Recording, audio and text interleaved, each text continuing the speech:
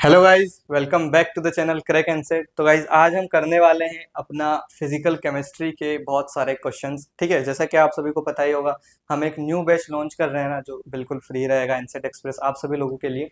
तो बेसिकली इस particular batch में क्या होगा ना, अपन बहुत सारे क्वेश्चन प्रैक्टिस करने वाले हैं। ठीक है, आपने अगर बैच लिया होगा या फिर कहीं और से भी पढ़ा होगा, है ना, तो आपके फॉर्मूलाज वगैरह, थ्योरी वगैरह पार्ट, है ना, जो भी चीजें कैलकुलेशन वगैरह थोड़ी बहुत आपने की होगी वो क्लियर होगा। लेकिन क्वेश्चन को कैसे अप्रोच करना है वो अपन इस पर्टिकुलर लेक्चर में सीखने वाले हैं। तो इस पर्टिकुलर लेक्चर का जो फॉर्मेट होगा वो क्या होगा कि हम करने वाले हैं कि पहले सारे चैप्टर्स के जो भी अपने फिजिकल केमिस्ट्री के चैप्टर्स हैं उनके जो जो इंपॉर्टेंट फॉर्मूलाज है वो सारे डिस्कस करेंगे। हर एक चैप्टर पे कुछ कुछ क्वेश्चंस करेंगे और एट द एंड हम सारे चैप्टर्स का मिला के, है ना, पूरे फिजिकल केमिस्ट्री पे कुछ नंबर ऑफ क्वेश्चंस प्लान कर रहे हैं, राइट। तो बिना देरी के शुरू करते हैं, है ना। My name is Shubhraj Singh Dodiya, student at IIT Kharagpur, pursuing BS in chemistry and minor in CSE. ठीक है, तो शुरू करते हैं। तो बेसिकली आज का एजेंडा क्या होने वाला है, फिजिकल केमिस्ट्री, राइट, है ना। और अपना उसका पहला चैप्टर क्या है, सॉल्यूशन से, है ना। तो सॉल्यूशंस के फॉर्मूला वगैरह जो भी अपन ने क्लास वगैरह में पढ़े थे वो डिस्कस करना शुरू करते हैं और उसके बाद उसके कुछ क्वेश्चंस हम अप्रोच करेंगे, राइट।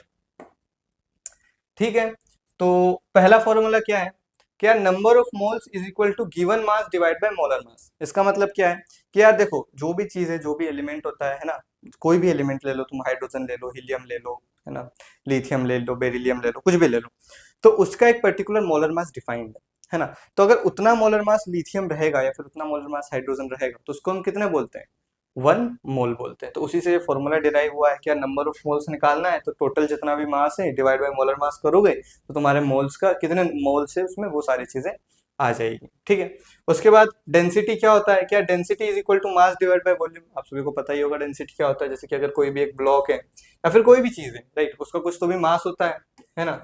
तो उसका मास डिवाइड बाय वॉल्यूम कर दोगे तो उसका डेंसिटी आ जाएगा। अब ऐसा होता है कि छोटे से वॉल्यूम में किसी का बहुत ज्यादा मास होता है तो उसकी ज्यादा डेंसिटी हो गई, छोटे से वॉल्यूम में किसी का बहुत कम मास होता है तो उसकी कम डेंसिटी हो गई। ठीक है, नेक्स्ट बढ़ते हैं मास परसेंटेज, है ना। मास परसेंटेज क्या होता है कि यार mass of the solute divide by mass of the solution, है ना। एक छोटी सी चीज में क्लियर कर देता हूँ कि अगर कोई भी सॉल्यूशन है, सॉल्यूशन मतलब क्या है, जैसे कि अगर तुम दो चीजें ले लो, सॉल्ट ले लो, वाटर ले लो, है ना। अगर अपन सॉल्ट ले लेते हैं और वाटर ले लेते हैं ना, तो यार अगर पानी में तुम नमक डालोगे तो कुछ भी मिश्रण वगैरह बन जाता है ना, तो जो वो मिल के बनता है वही अपना सॉल्यूशन है। अगर उसमें से सिर्फ तुम सॉल्ट के पार्टिकल्स देखो तो वो अपना सोल्यूट हो जाएगा, अगर वाटर के पार्टिकल्स देखो तो वो अपना सॉल्वेंट हो जाएगा। तो बेसिकली इस चैप्टर में हम क्या कंसिडर करने वाले हैं कि अगर अपन सोल्यूट और सॉल्वेंट को मिला दें, सोल्यूट और सॉल्वेंट को मिला दें तो ये क्या बन जाएगा, अपना सॉल्यूशन बन जाएगा। ठीक है, तो अगर मैं इसमें कुछ सोल्यूट के पार्टिकल्स ऐड कर दूं और अपने पास सॉल्वेंट पहले से ही था तो ये पूरा अपना सॉल्यूशन हो जाएगा, उसमें ये सोल्यूट हो गया, ये सॉल्वेंट हो गया। ठीक है, तो मास परसेंटेज नाम से ही समझ में आ रहा है कि यार सोल्यूट का मास परसेंटेज क्या है, तो mass of the solute divide by total mass. अब ये वाली अपनी पर्टिकुलर चीज क्या आएगी, मान लो मास ऑफ द सोल्यूट 1 ग्राम है और टोटल मास अपना 10 ग्राम है, तो ये वाली क्या आएगी, फ्रैक्शन में आएगी। फ्रैक्शन में आएगी रिफर्स टू 0 और 1 के बीच में इसकी वैल्यू रहेगी, राइट। इंटू 100 कर दोगे तो ये अपना परसेंटेज निकल जाएगा। मान लो ये अपना 0.1% था, इंटू 100 करोगे तो 10% हो जाएगा। वो सारी चीजें मतलब 0.1 फ्रैक्शन था, इंटू 100 करने पे क्या हो जाएगा, 10% हो जाएगा। तो वैसे तुम वैल्यूज निकाल सकते हो। नेक्स्ट क्या है अपना, मोलरिटी। मोलरिटी कैसे डिफाइन होता है कि यार moles of the solute divide by volume of the solution. Molarity क्या होता है, moles of the solute divide by volume of the solution. Next अपना क्या है, मोलरिटी। मोलरिटी क्या होता है, moles of the solute divide by mass of the solvent, है ना। देखो एक बात, एक दो चीजें मोलरिटी और मोलरिटी में कंफ्यूजन क्या होता है, यहाँ पे मोलरिटी है, यहाँ पे आर है, यहाँ पे क्या है, एल है। ठीक है, इसका डिनोशन होता है कैपिटल एम से, इसका डिनोशन किससे होता है, स्मॉल एम से। और यहाँ पे वॉल्यूम हम सॉल्यूशन का लेते हैं और यहाँ पे मास हम किसका लेते हैं, सॉल्वेंट का लेते हैं ना। और इधर लीटर है, इधर केजी। ऑब्वियसली अगर वॉल्यूम ले रहे हैं तो लीटर में लेंगे और मास ले रहे हैं तो अपन केजी में लेंगे। ठीक है, तो ये एक बेसिक फॉर्मूलाज हो गए, है ना। इसके बाद अपन कुछ और फॉर्मूला इसी चैप्टर से डिस्कस करते हैं, है ना। तो एक क्या फॉर्मूला हो गया कि mole fraction of the solute क्या है ना। अब देखो मोल फ्रैक्शन क्या होता है, नाम से ही पता चल रहा है कि मोल का फ्रैक्शन, है ना। तो अगर किसी भी पर्टिकुलर चीज में, जैसे कि यहाँ पे मैंने बहुत सारी चीजें ले ली, इसमें ए मोल ए पार्टिकल है, बी मोल बी पार्टिकल है, सी मोल सी पार्टिकल है। तो अगर मोल फ्रैक्शन ऑफ ए निकालना है तो मैं नंबर ऑफ मोल्स ऑफ ए ले लूंगा डिवाइड बाय टोटल मोल्स कर दूंगा। और टोटल मोल्स क्या होंगे अपने, number of moles of A plus number of moles of B plus number of moles of C. तो उसी तरीके से दे रखा है जैसे कि अपन ने डिस्कस किया था कि अपने सॉल्यूशन में क्या रहेगा, एक तो सोल्यूट रहेगा और सॉल्वेंट रहेगा। तो उसी तरह से कि अगर मोल फ्रैक्शन ऑफ सोल्यूट निकालना है तो number of moles of solute divide by number of moles of solute plus number of moles of solvent. Basically ये क्या होता है अपना टोटल मोल्स होता है। ठीक है, अब अगर तुम सारे मोल फ्रैक्शंस को ऐड कर दोगे है ना, अगर तुम जितने भी फ्रैक्शंस को ऐड करते हो टोटल फ्रैक्शंस को, तो उसका सम क्या होता है, 1 होता है। तो वही यहाँ पे लिख रखा है कि mole fraction of solute plus mole fraction of solvent is equal to क्या हो जाएगा, 1 हो जाएगा। नेक्स्ट पढ़ते हैं कि यार P of gas is equal to K H into X of gas है ना। तो pressure of gas is equal to ये के एच अपना क्या है, हेनरी कांस्टेंट है, इंटू एक्स ऑफ गैस मतलब mole fraction of the gas. ठीक है, नेक्स्ट पढ़ते हैं पी ऑफ सॉल्यूशन है ना। अगर कोई भी सॉल्यूशन है उसका वेपर प्रेशर क्या हो जाएगा, पी नॉट ऑफ सॉल्वेंट है ना, मतलब प्योर स्टेट में उसका जितना वेपर प्रेशर था multiply by mole fraction of solvent. ठीक है, तो अगर वेपर प्रेशर ऑफ सॉल्यूशन क्या हो जाएगा, P not of the solvent into X of solvent. बात क्लियर हुई। और यहाँ पे पी ऑफ सॉल्यूशन क्यों लिखा है, सॉल्यूशन लिखा है क्योंकि यार अगर हम मोल फ्रैक्शन किसी भी चीज का निकाल रहे हैं है ना, मतलब अगर मतलब कोई भी सॉल्वेंट है ना, उसका प्योर स्टेट में तो हमें पता है, और अगर अपन उसका सॉल्यूशन में निकाल रहे हैं मतलब किसी चीज में वो मिला होगा ना, इसलिए यहाँ पे पी ऑफ सॉल्यूशन आएगा उस पर्टिकुलर चीज का multiply by mole fraction of solvent. अगर कोई एक ही चीज प्रेजेंट है तो उसका मोल फ्रैक्शन तो हमेशा 1 है, तो उसका कोई सेंस नहीं बनता। इसलिए अगर सॉल्यूशन में है तभी वो अपन यहाँ पे मोल फ्रैक्शन मल्टीप्लाई करते हैं, राइट। नेक्स्ट चीज पढ़ते हैं, नेक्स्ट चीज अपन पढ़ने वाले कोलिगेटिव प्रॉपर्टीज। ये क्या है अपनी कोलिगेटिव प्रॉपर्टीज। ठीक है, तो कोलिगेटिव प्रॉपर्टीज में क्या है, अपने पास 4 प्रॉपर्टीज है। ठीक है, पहले एक एक करके इनको समझ लेते हैं। क्या है, relative lowering in vapour pressure, P nought minus P H divide by P nought is equal to mole fraction of solute. ये relative lowering in vapour pressure हो गया। नेक्स्ट क्या है अपना delta T F is equal to K F into M, ये अपना होता है मोललिटी। ठीक है, ये अपना होता है मोललिटी, ये होता है अपना कांस्टेंट है ना। और ये अपना क्या होता है डेल्टा टी एफ मतलब डिप्रेशन इन फ्रीजिंग पॉइंट है ना। यहाँ पे डेल्टा टी बी क्या होता है elevation in boiling point is equal to K B भी अपना कांस्टेंट है इंटू एम, एम अपना मोललिटी है। और नेक्स्ट अपना क्या होता है osmotic pressure, pi is equal to C R T, यहाँ पे सी अपना कंसंट्रेशन होता है, आर अपना गैस कांस्टेंट होता है और टी अपना क्या होता है टेम्परेचर होता है। एक और चीज समझो कि मैंने फ्रीजिंग पॉइंट में बोला कि डिप्रेशन इन फ्रीजिंग पॉइंट, और क्या बोलते हैं बॉइलिंग पॉइंट में बोला मैंने एलिवेशन इन बॉइलिंग पॉइंट। तो होता क्या है ना, जैसे कि हम अगर वाटर लेते हैं तो वाटर का बॉइलिंग पॉइंट कितना होता है 100 डिग्री सेल्सियस, उसका फ्रीजिंग पॉइंट कितना होता है 0 डिग्री सेल्सियस। तो अगर अपन उसमें कुछ भी सोल्यूट ऐड करते हैं, राइट, अगर वाटर में हमने कुछ भी सोल्यूट ऐड किया तो उसका जो बॉइलिंग पॉइंट है वो इंक्रीज कर जाता है, उसका फ्रीजिंग पॉइंट क्या होता है डिक्रीज कर जाता है, मतलब फ्रीजिंग पॉइंट नेगेटिव में चला जाएगा और बॉइलिंग पॉइंट 100 से ऊपर चला जाएगा। इसीलिए हम कहते हैं डिप्रेशन इन फ्रीजिंग पॉइंट और एलिवेशन इन बॉइलिंग पॉइंट। ठीक है, और ये डेल्टा टी एफ वही देता है कि जैसे कितना डिग्री इंक्रीज हुआ है ना। ठीक है, एक और चीज समझते हैं जैसे कि क्या होता है कि कोलिगेटिव प्रॉपर्टीज अपना डिपेंड करता है कि यार number of particles of solute पे है ना, उसे फर्क नहीं पड़ता कि सोल्यूट कैसा है क्या है। तो वही मैं लेता हूं कि अगर NaCl मैंने लिया और उसको अगर मैं वाटर में डालता हूं तो ये Na प्लस और Cl माइनस में टूट जाता है। तो पहले मेरे पास बस एक सोल्यूट का पार्टिकल था, लेकिन जब मैंने वाटर में डाला तो मेरे पास 2 हो गए। तो मेरी जो कोलिगेटिव प्रॉपर्टीज है पहले मैं एक के हिसाब से निकाल रहा था, लेकिन जब ये वाटर में डालने के बाद 2 बन गए तो कोलिगेटिव प्रॉपर्टीज भी चेंज हो जाएगी। इसीलिए अपने पास एक फैक्टर आता है वॉन्ट ऑफ फैक्टर आई है ना, उससे अपन डिफाइन करते हैं, यही लिखा हुआ कि observed colligative property divide by calculated colligative property. Right, observed मतलब जैसे कि हम सोच रहे थे कि यार NaCl का एक ही पार्टिकल है, वो मिलाया तो इसका कोलिगेटिव प्रॉपर्टी ये होना चाहिए, लेकिन वो नहीं हुआ, वो चेंज होके क्या हुआ कोई दूसरा हुआ। तो यार अगर कैलकुलेटेड में अगर अपन आई का इसको इधर ले जाएंगे तो कैलकुलेटेड में अगर अपन आई मल्टीप्लाई कर देंगे तो जो रियल वाला है ऑब्जर्व्ड वो अपने को मिल जाएगा। तो अपने जो नए फॉर्मूलाज हो जाते हैं, ठीक है, जो नए फॉर्मूला बनते हैं कोलिगेटिव प्रॉपर्टी के, वो बस आई को मल्टीप्लाई करने पर बन जाते हैं। तो रिलेटिव लोवरिंग वेपर प्रेशर में अपन आई मल्टीप्लाई करेंगे तो आई into mole fraction of solute. Similar way में यहाँ पे अपन आई मल्टीप्लाई कर रहे हैं, यहाँ पे अपन आई मल्टीप्लाई कर रहे हैं, यहाँ पे आई मल्टीप्लाई कर रहे हैं। तो जो ये फॉर्मूलाज थे आई मल्टीप्लाई करने के बाद ये अपने नए फॉर्मूलाज बन जाते हैं। मेरे ख्याल से बात क्लियर है। ठीक है, अब अपन आगे बढ़ते हैं ना, जितने भी अपन ने फॉर्मूला सॉल्यूशन चैप्टर में डिस्कस किए इन्हीं के बेसिस पे अपन कुछ क्वेश्चंस करेंगे है ना, और उनको सॉल्व करने का प्रयास करेंगे कि कैसे वो पर्टिकुलर चीज अपन सॉल्व कर सकते हैं, राइट। ठीक है।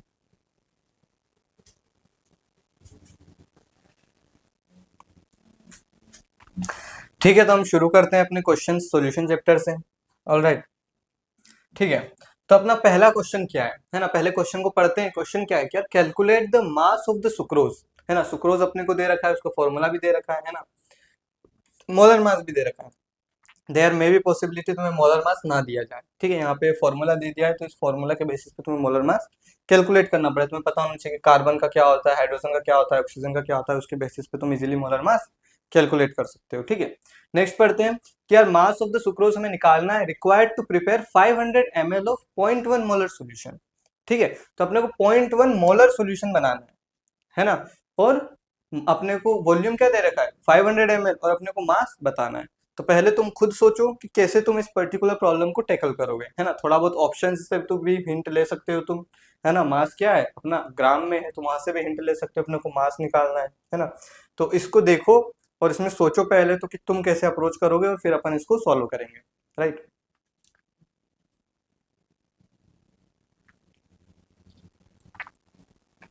ठीक है, कुछ हिंट वही ले सकते हो कि यार अपने को मोलरिटी दे रखा है ना। तो मैंने पहले ही तुम्हें क्लास में बताया था कि कैसे किसी क्वेश्चन को अप्रोच करना है। तो जो भी चीजें दे रखी है उनके पहले फॉर्मूला नोट डाउन कर लो, और उसके बाद उसको क्वेश्चन को सॉल्व कर सकते हो। तो सिमिलरली वही हम, मतलब मैं फॉर्मूला लिख देता हूँ, एक बार कोशिश करके देखना कि यार मोलरिटी क्या होता है अपना, number of moles divide by volume होता है ना। अगर क्वेश्चन में जो भी चीजें तुम्हें दिख रही है वो इस फॉर्मूला में सब्स्टिट्यूट करो, और क्या तुम वो चीज जो अपने को निकालनी है वो निकाल पा रहे हो, अगर नहीं निकाल पा रहे हो तो और कौन से फॉर्मूला यूज कर रहे हो तुम उस पर ट्राई कर सकते हो, राइट। तो यार यहाँ पे अपने क्वेश्चन में सिमिलरली यहाँ पे 0.1 मोलर अपने को दिख रहा है, तो वही मैं 0.1 यहाँ पे लिख लूंगा। क्या नंबर ऑफ मोल्स मुझे कहीं भी क्वेश्चन में दे रखा है, नहीं दे रखा है, तो मैं नंबर ऑफ मोल्स की जगह सिर्फ एन लिख दूंगा। और क्या मुझे वॉल्यूम दे रखा है, वॉल्यूम अपने को यहाँ पे क्या दे रखा है, 500 ml दे रखा है। तो 500 ml मतलब मैं ऑब्वियसली अगर लीटर में इसे लिखूंगा तो मैं इसको 0.5 लीटर लिख दूंगा, ठीक है। मतलब 500 डिवाइड बाई 1000 करके यहाँ से हमें नंबर ऑफ मोल्स मिल गया। लेकिन अपने को निकालना तो मास है ना। अपने को क्या क्या गिवन है, मोलर मास भी गिवन है। तो अगर अपने को मास निकालना है तो नंबर ऑफ मोल्स का एक और फॉर्मूला क्या था अपने पास, जो भी मास रहेगा डिवाइड बाय मोलर मास कर देंगे। तो नंबर ऑफ मोल्स तो यहाँ से निकल गया, क्या है 0.1 इंटू 0.5, तो वो यहाँ पे लिख देते हैं 0.1 इंटू 0.5 इज इक्वल टू क्या हो जाएगा, मास, मास तो हमें निकालना है, डिवाइड बाय 342, ठीक है। तो अगर इसको सॉल्व करेंगे तो अपने को क्या मिल जाएगा, मास मिल जाएगा। तो सिमिलर वे में अगर मैं मास निकालना चाहूँ तो क्या हो जाएगा, 342 इंटू 0.1 इंटू 0.5, तो वही 0.5 से अपन इधर मल्टीप्लाई कर देंगे, तो यहाँ पे आएगा 0 कैरी 1 5 4 20 21 कैरी 2 5 6 15 17, और यहाँ पे 2 पॉइंट है, तो 17.1 अपना क्या हो जाएगा, आंसर हो जाएगा। तो 17.1 दिख रहा है यहाँ पे, थर्ड ऑप्शन अपना क्या हो जाएगा, करेक्ट हो जाएगा, ठीक है। तो यहाँ पे इस पर्टिकुलर प्रॉब्लम में हमने क्या सीखा कि यार जो जो क्वेश्चन में चीजें दे रखी है, क्या उसके हमें फॉर्मूलाज पता है। अगर पता है तो फॉर्मूला लिख लो, फॉर्मूला में वैल्यू सब्स्टिट्यूट कर दो, ठीक है। उससे हमें कुछ नई चीज मिली, उस नई चीज का क्या हमें फॉर्मूला पता है, अगर पता है तो उसके फॉर्मूला में सब्स्टिट्यूट कर दो, तो एट द एंड हमें क्या हो जाएगा, आंसर मिल जाएगा। तो यार जो भी फॉर्मूला बेस्ड क्वेश्चन होते हैं ना फिजिकल केमिस्ट्री वगैरह में, तो उसका सिमिलर वे में अपन फॉर्मूला लिखो और उसका आंसर निकालो, तो हमें इजीली हम आंसर तक पहुंच सकते हैं, ठीक है। यहाँ पे मैंने वही मॉडल आंसर दे रखा है कि तुम कैसे सोचोगे। तो यार मोलरिटी का अगर तुम्हें फॉर्मूला पता है तो यार मोल्स और वॉल्यूम तुम्हें पता होना चाहिए, और अगर मोल्स वो वही होता है अपना वेट डिवाइड बाय 342, इसको पर्टिकुलर चीज को तुम सॉल्व करोगे तो अपना क्या आ जाएगा, 17.1 अपना आंसर आ जाएगा। बात क्लियर है, आगे बढ़ते हैं, ठीक है। ये पर्टिकुलर जो भी पीडीएफ है ये तुम्हें मिल जाएगा, तो अगर तुम्हें ऐसे भी नॉर्मली भी प्रैक्टिस करनी है तो क्वेश्चन पढ़ो, सॉल्व करो, आंसर मैच कर लो, है ना। तो आंसर वगैरह भी मैंने अटैच कर रखे हैं इसमें। नेक्स्ट चीज है ना, सेकंड क्वेश्चन क्या है कि विच of the following 0.1 molar aqueous solutions will have the lowest freezing point. Freezing point क्या होता था, सबसे पहले उस पे आते हैं। तो यार फ्रीजिंग पॉइंट जो मैंने पढ़ा था वो ये हो गया कि यार delta T F is equal to K F into M होता था, ये मेरा फ्रीजिंग पॉइंट होता था। तो यार ये तो मेरा कांस्टेंट है, ठीक है भाई। यहाँ पे उसने कुछ तो भी मोलरिटी या फिर मोलरिटी जो भी है वो भी कांस्टेंट दे रखा है, तो अगर मैं मानता हूँ कि यार मोलरिटी भी कांस्टेंट है, तो अगर मेरी दोनों चीज कांस्टेंट हो गई तो फ्रीजिंग पॉइंट सबका सेम होना चाहिए, कायदे से तो यही होना चाहिए। लेकिन मैंने तुम्हें एक और चीज बताई थी कि ये फॉर्मूला अपग्रेड होके क्या हो जाता है, I इंटू के एफ इंटू एम। ठीक है, तो ये अपना क्या हो जाता है, नया डिप्रेशन इन फ्रीजिंग पॉइंट हो जाता है। तो वो कह रहा है कि किसका सबसे कम होगा, है ना।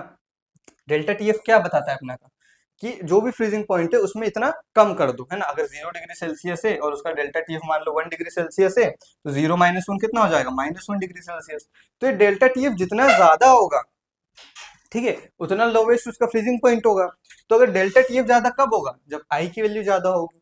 तो आई की वैल्यू देखते हैं, क्या इनमें आई की वैल्यू अलग अलग है, ठीक है। तो आई की वैल्यू देखते हैं, तो यार यूरिया में आई की वैल्यू अलग है, 0 ही है क्योंकि ये टूटता नहीं है। NaCl में 2 है, K2SO4 में 2 मतलब 2K है और बाकी SO4 1 है, तो ये कितना हो जाएगा, 3 हो जाएगा। और एल्यूमिनियम सल्फेट में क्या है, सल्फेट अपने पास 3 है और एल्यूमिनियम कितने हैं, 2 है, तो इसका आई क्या हो जाएगा, 5 हो जाएगा। तो सबसे ज्यादा आई किसमें है, एल्यूमिनियम सल्फेट में। तो सबसे ज्यादा जो फ्रीजिंग पॉइंट का डिप्रेशन होगा वो किसमें होगा, एल्यूमिनियम सल्फेट में। और इसीलिए एल्यूमिनियम सल्फेट का फ्रीजिंग पॉइंट क्या हो जाएगा, सबसे कम हो जाएगा। तो यार इसको सोचने का नजरिया क्या है, क्या पहले अपन ने ये फॉर्मूला लिखा, लेकिन इस फॉर्मूला से तो अपन कुछ फाइंड कर नहीं पा रहे थे, पर अपने को याद आया कि यार अपने पास एक और नया फॉर्मूला है, तो उसमें वांट ऑफ फैक्टर ऐड किया। फिर वांट ऑफ फैक्टर का जब अपन ने कंपेरिजन किया तो अपने को सिंपली आंसर मिल गया।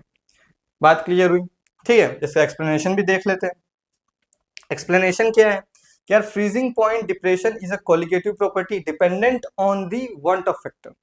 ठीक है, वांट ऑफ फैक्टर क्यों, normally number of particles of solute पे डिपेंड करता है ना। और वांट ऑफ फैक्टर उसी चीज को दर्शाता है कि अगर number of particles of solute मतलब डिवाइड हो रहे हैं, जैसे कि NaCl Na और Cl में डिवाइड हो रहा है, या फिर एल्यूमिनियम सल्फेट अपना एल्यूमिनियम और सल्फेट में डिवाइड हो रहा है, तो अपना जो वांट ऑफ फैक्टर है वो चेंज करता है। तो वही लिखा होगा कि एल्यूमिनियम सल्फेट में क्या 2 एल्यूमिनियम बन जाएंगे और 3 सल्फेट बन जाएंगे, तो आई की वैल्यू 5 हो जाएगी। This gives the maximum depression, जो सबसे ज्यादा डिप्रेशन देगा उसी का जो फ्रीजिंग पॉइंट है वो सबसे कम होगा। ठीक है, तो इसीलिए अपना एल्यूमिनियम सल्फेट क्या हो जाएगा, करेक्ट हो जाएगा। ठीक, नेक्स्ट पे आते हैं। अगला क्वेश्चन क्या है, ये भी कोलिगेटिव प्रॉपर्टी से है। कैसे पता चला, ऑस्मोटिक प्रेशर अपनी एक colligative property. Of the solution containing 6 gram of urea, urea कितना ग्राम है, 6 ग्राम है, बहुत बढ़िया। इन 1 litre of solution, 1 litre solution में अपने को 6 ग्राम यूरिया दे रखा है, अभी हमें इतना पता है। नेक्स्ट क्या है, एट 300 केल्विन, है ना, अपने को यहाँ पे क्या दे रखा है, टेम्परेचर भी दे रखा है और आर की वैल्यू भी दे रखी है। निकालना क्या है, ऑस्मोटिक प्रेशर। ठीक है, ऑस्मोटिक प्रेशर का सिंपल अपना फॉर्मूला क्या होता था, pi is equal to ICRT। ठीक है, pi is equal to ICRT, है ना। अब यूरिया के केस में आई की वैल्यू क्या हो जाएगी, 1 हो जाएगी। क्यों, क्योंकि अच्छा हाँ, एक और चीज, यहाँ पे 0 नहीं होगा, 1 होगा। द रीजन बिहाइंड दैट, ये टूटेगा किसी चीज में नहीं, लेकिन यूरिया तो यूरिया रहेगा ही ना, राइट। यहाँ पे अगर मैंने यूरिया डाला, अगर वो डिसोसिएट नहीं हो रहा है किसी भी चीज में, तो यूरिया ये तो प्रेजेंट है ही नहीं ऑलरेडी, है ना। तो इसका 1 होगा। अगर NaCl डाल रहा है तो ये 2 भाग में टूट जा रहा है, राइट। यहाँ पे अगर NaCl ये 1 यूनिट था तो ये 2 में चला जा रहा है, राइट। लेकिन ये यूरिया तो यूरिया ही है ना, तो इसका यहाँ पे 1 रहेगा, है ना। ये ध्यान रखना बात, मतलब 0 करने पे तो फिर कोई पॉइंट ही नहीं है, क्योंकि वो टूट नहीं रहा है। ये हमें पता है कि वो डिसोसिएट नहीं हो रहा है, लेकिन जो यूरिया हमने डाला था वो तो प्रेजेंट है ना। ठीक है, तो यहाँ पे आई की वैल्यू यूरिया के लिए क्या हो जाएगी, 1 हो जाएगी। C into R into T, क्या C की वैल्यू अपने को दे रखी है, ठीक है। तो C की वैल्यू अपने को ऐसे मतलब एस सच तो कुछ दे नहीं रखी है, ठीक है। तो अभी अपन I को 1 लिख देते हैं, C को C लिख देते हैं। क्या R की वैल्यू अपने को दे रखी है, यस, यहाँ पे R की वैल्यू दे रखी है 0.0821। क्या T की वैल्यू दे रखी है, यहाँ पे 300 केल्विन T की वैल्यू भी दे रखी है, ठीक है। अब देखो जो मेन चीज है, अपने को यहाँ पे क्या निकालना है, C निकालना है। C क्या होता है अपना, मोलरिटी होता है। मोलरिटी क्या होता है अपना, number of moles divide by volume. क्या हमें नंबर ऑफ मोल्स दे रखा है, नहीं। क्या हमें वॉल्यूम, वॉल्यूम दे रखा है 1 लीटर, ठीक है, तो वॉल्यूम लिख देते हैं, नंबर ऑफ मोल्स। अब क्या हम नंबर ऑफ मोल्स निकाल सकते हैं, तो देखो यहाँ पे अपने को वेट दे रखा है, यहाँ पे अपने को मोलर मास दे रखा है, तो मतलब हाँ नंबर ऑफ मोल्स अपन निकाल सकते हैं। तो नंबर ऑफ मोल्स क्या हो जाएगा, weight divide by molar mass divide bye 1, ठीक है।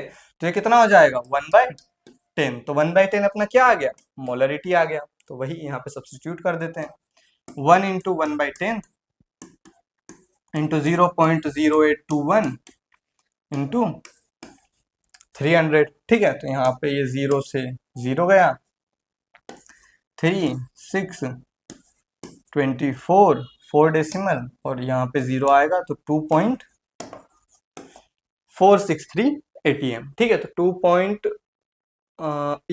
2.46 ATM अपना क्या हो जाएगा, आंसर हो जाएगा। मतलब वही है कि डेसिमल के बाद इसने सिर्फ 2 डिजिट को कंसिडर किया तो 2.46 ATM क्या हो जाएगा, आंसर हो जाएगा अपना, ठीक है। तो देखते हैं, वही लिखा हुआ है सॉल्यूशन क्या है। पहले नंबर ऑफ मोल्स निकाला है ना, ठीक है। तो पहले अपन ने क्या किया कि नंबर ऑफ मोल्स निकाला। नंबर ऑफ मोल्स निकालने के बाद अपन ने क्या किया, मोलरिटी निकाला। मोलरिटी निकालने के क्या किया, pi is equal to CRT substitute किया और अपना सिंपली यहाँ पे आंसर आ गया, ठीक है। तो यहाँ पे बस वो डेसिमल के बाद 3 उन्होंने कंसिडर नहीं किया, बाकी आंसर अपना यही है। बात क्लियर हुई, ठीक है। नेक्स्ट क्वेश्चन पे बढ़ते हैं। नेक्स्ट क्वेश्चन क्या है कि यार calculate the freezing point depression, है ना। फ्रीजिंग पॉइंट डिप्रेशन निकालना है, मतलब क्या निकालना है अपने को, डेल्टा TF क्या होता है अपना, I into KF into M, ठीक है।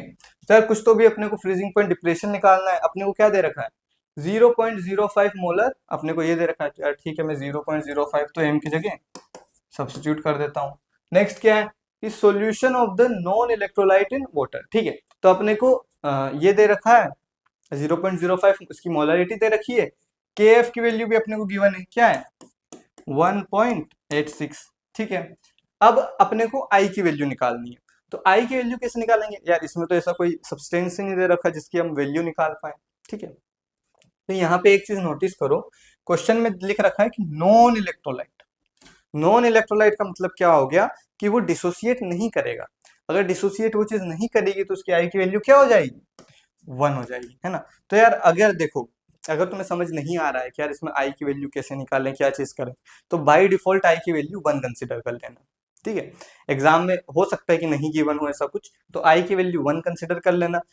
बेसिकली उसमें कुछ ना कुछ हिंट दे रखी होती है कि नॉन इलेक्ट्रोलाइट है या फिर डिसोसिएट होगा, अगर डिसोसिएट होगा तो कितना होगा, अगर एसोसिएट होगा तो वो कितना एसोसिएट होगा, वो सारी चीजें ऑलरेडी गिवन होती है क्वेश्चन में। अगर नहीं भी हो तो बाय डिफॉल्ट हम आई की वैल्यू क्या मानेंगे, 1 मानेंगे। क्यों मानेंगे कि हो सकता है उसने वांट ऑफ फैक्टर वाला कॉन्सेप्ट यूज ही ना किया हो क्वेश्चन में, राइट, और उसने directly delta TF is equal to KF into M से आंसर निकाला हो, ठीक है। तो अपन ने मोलरिटी की वैल्यू लिख दी और KF की वैल्यू लिख दी, और अपने को निकालना है क्या है, calculate the freezing point depression. अपने को फ्रीजिंग पॉइंट नहीं पूछा है, अगर फ्रीजिंग पॉइंट पूछता तो अपन क्या करते, 0 माइनस जो भी फ्रीजिंग पॉइंट डिप्रेशन होता वो निकालते, लेकिन अपने से क्या पूछा है, फ्रीजिंग पॉइंट डिप्रेशन मतलब कितनी वो वैल्यू है, कितना सब्सट्रैक्ट होगा वो पूछा है, राइट। तो बस इसको कैलकुलेट कर देंगे तो अपने को डेल्टा TF ये मिल जाएगा। क्या होगा, 5 6 30 कैरी 3, 5 8 40 43 कैरी 4 5 5 9, राइट। और वही 2 डेसिमल और 2 डेसिमल, तो ठीक है। तो 0.093 अपना क्या हो जाएगा, फ्रीजिंग पॉइंट डिप्रेशन, मतलब इतना पर्टिकुलर होगा और केल्विन में होगा। क्यों, क्योंकि अपन टेम्परेचर रिड्यूस कर रहे हैं, राइट। तो 0.093 अपना आंसर हो जाएगा। पहला ही ऑप्शन अपना क्या हो जाएगा, करेक्ट हो जाएगा, 0.093। आगे बढ़ते हैं, ठीक है।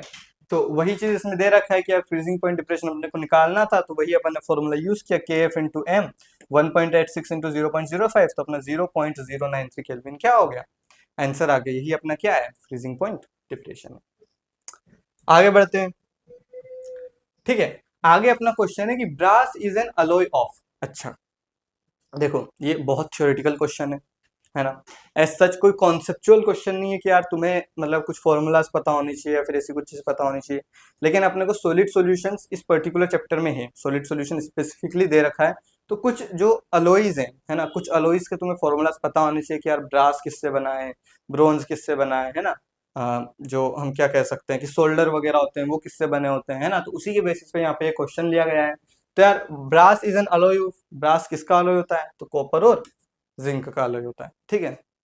तो आगे बढ़ते हैं, वही इसमें लिख रखा है ना, मैं बता देता हूँ कि brass is an prominent alloy consisting primarily of copper and zinc. तो कॉपर और जिंक से ही मिलके बनता है ना।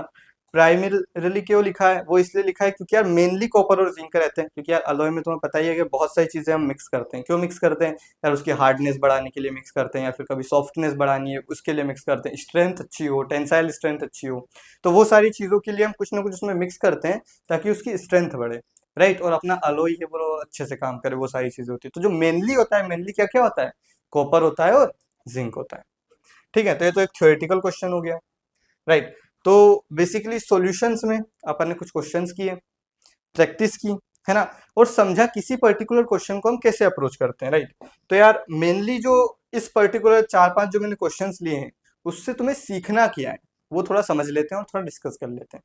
तो जो 4-5 क्वेश्चन लिए, जैसे कि अगर थ्योरेटिकल क्वेश्चन है और अगर तुम्हें पता है कि यार इसका आंसर ये होगा, राइट, तो उस पर्टिकुलर क्वेश्चन को मार्क कर दो, तो कोई दिक्कत ही नहीं है। अगर तुम्हें नहीं भी पता है और तुम्हें पता है कि यार मुझे इतना लग रहा है कि यार कुछ तो भी एक चीज हो सकती है कि या तो कॉपर और निकल होगा या फिर कॉपर और जिंक होगा, मुझे इतना पता है, मुझे कंफ्यूजन है इस पर्टिकुलर क्वेश्चन में कि यार क्या होगा, तो क्या करो तुम, इस पर्टिकुलर क्वेश्चन को जो भी तुम्हारे एग्जाम में क्वेश्चन नंबर होगा ना उसको मार्क कर लो। मान लो ये 10वां क्वेश्चन है केमिस्ट्री का, तो मार्क कर लो कि यार 10वें क्वेश्चन में मुझे कंफ्यूजन है, राइट। उसको लिख लो पेपर पे कि मैं बाद में आके इसे सॉल्व कर दूंगा, और आगे के पेपर पे फोकस करो, ज्यादा टाइम इस पे स्पेंड मत करो। फिर लास्ट में अगर तुम्हारे पास टाइम बचे, है ना, तो तुम इसको अटेम्प्ट कर सकते हो यार। और मैं तो यही प्रेफर करूंगा कि अगर तुम्हें कोई भी दो ऑप्शंस में डाउट हो, मतलब अगर तुम्हारे पास 4 ऑप्शन है, 4 में से तुम 2 एलिमिनेट कर चुके हो, तो कोशिश करो कि जो तुम्हें ज्यादा सही लग रहा है उसे अटेम्प्ट कर दो। वाई? बिकॉज अगर तुम्हारे पास 2 क्वेश्चन में डाउट है ना, तो तुम्हारे चांसेस बहुत बढ़ जाते हैं कि तुम ऑप्शन सही मतलब क्लिक करो। लेकिन ऐसा मत करो कि अगर तुम्हें चारों में ही अगर पता नहीं है और तुम कुछ भी लगा रहे हो, है ना, नेगेटिव मार्किंग भी होती है, तो वो भी दिक्कत है, राइट। तो जो ऐसे क्वेश्चन तुम्हें लगते हैं कि यार इन दोनों में से एक हो सकता है ना, जो भी एग्जाम में ऐसे थ्योरेटिकल क्वेश्चंस निकलते हैं तो उनको लिख के रख लो। फिर तुम लास्ट में विजिट करो, अगर तुम्हें लगता है कि यार ये सही है या फिर ये हो सकता है, कुछ ऐसा याद आ रहा है, तो तुम इजीली अटेम्प्ट कर सकते हो।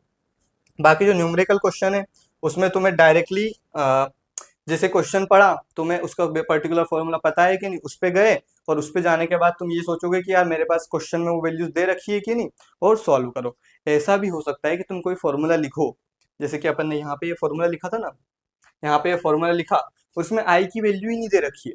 अब देयर में भी पॉसिबिलिटी, कुछ लोग बोलेंगे कि यार ठीक है यार आई को इग्नोर कर दो, बाकी से कैलकुलेट कर लो, which is a good thing. पर कुछ लोग कंफ्यूज हो जाएंगे कि यार आई की वैल्यू नहीं दे रखी, अब क्या करूं, अब तो ये सॉल्व ही नहीं होगा।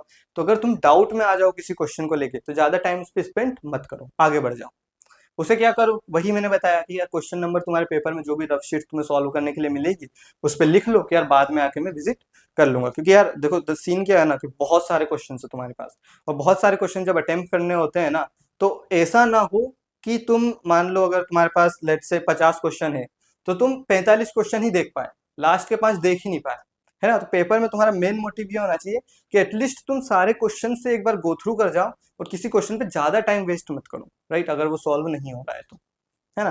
तो सिमिलर वे में ऐसे यूज करो जो भी चीजें, और जो भी मतलब मैं तो यही प्रेफर करूंगा कि जो जो सेक्शन तुम्हारे जल्दी हो जाते हैं, है ना, मान लो टीचिंग एप्टीट्यूड है, थ्योरेटिकल है, वो हो गया, है ना। जीटी में टाइम लगता है खैर सॉल्व करने में, लेकिन जीटी में भी कुछ ऐसे क्वेश्चंस होते हैं जल्दी जल्दी सॉल्व हो जाते हैं, है ना। तो जो जल्दी क्वेश्चन सॉल्व हो जाते हैं, केमिस्ट्री में जल्दी हो सकते हैं, है ना, तो जो जल्दी हो जाते हैं वो अटेम्प्ट कर लो। और उसके बाद जो टाइम बचे उसमें थोड़े बड़े क्वेश्चन, मान लो मैथ्स के क्वेश्चन में कैलकुलेशन वगैरह में टाइम लगता है, तो उनको बाद में अटेम्प्ट करो, ठीक है। तो टाइम मैनेज करना एक बहुत ज्यादा इंपॉर्टेंट चीज है, और सारे क्वेश्चन से एटलीस्ट एक बार गो थ्रू हो जाओ और तुम्हारी प्रैक्टिस हो जाए, वो सबसे ज्यादा इंपॉर्टेंट है, राइट।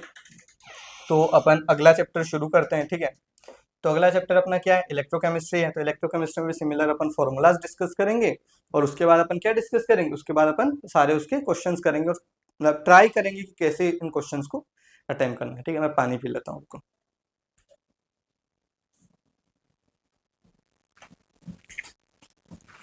ठीक है, तो अब अपन शुरू करने वाले हैं अपना नेक्स्ट चैप्टर इलेक्ट्रोकेमिस्ट्री, ठीक है। सबसे पहले इसके कुछ फॉर्मूलाज डिस्कस कर लेते हैं।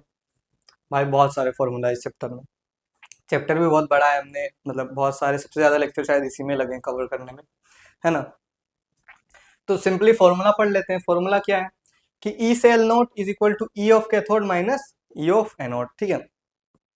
जो भी सेल होते हैं ना अपने, उसमें एक एनोड होता है, एक कैथोड होता है। एनोड पे क्या होता है, ऑक्सीडेशन होता है, कैथोड पे क्या होता है, रिडक्शन होता है। तो जो अगर अपने को पोटेंशियल उसका कैथोड पे पता है और एनोड पे पता है, तो हम उसका ओवरऑल सेल में उसका जो भी पोटेंशियल है वो निकाल सकते हैं। तो E of cell is equal to क्या हो गया, E of cathode minus E of anode, है ना। यहाँ पे अगर मतलब ई ऑफ सेल नॉट भी लोगे तुम तो भी सही है, और अगर ई ऑफ सेल के लिए नॉर्मली भी निकालते हो तो भी सही है, राइट।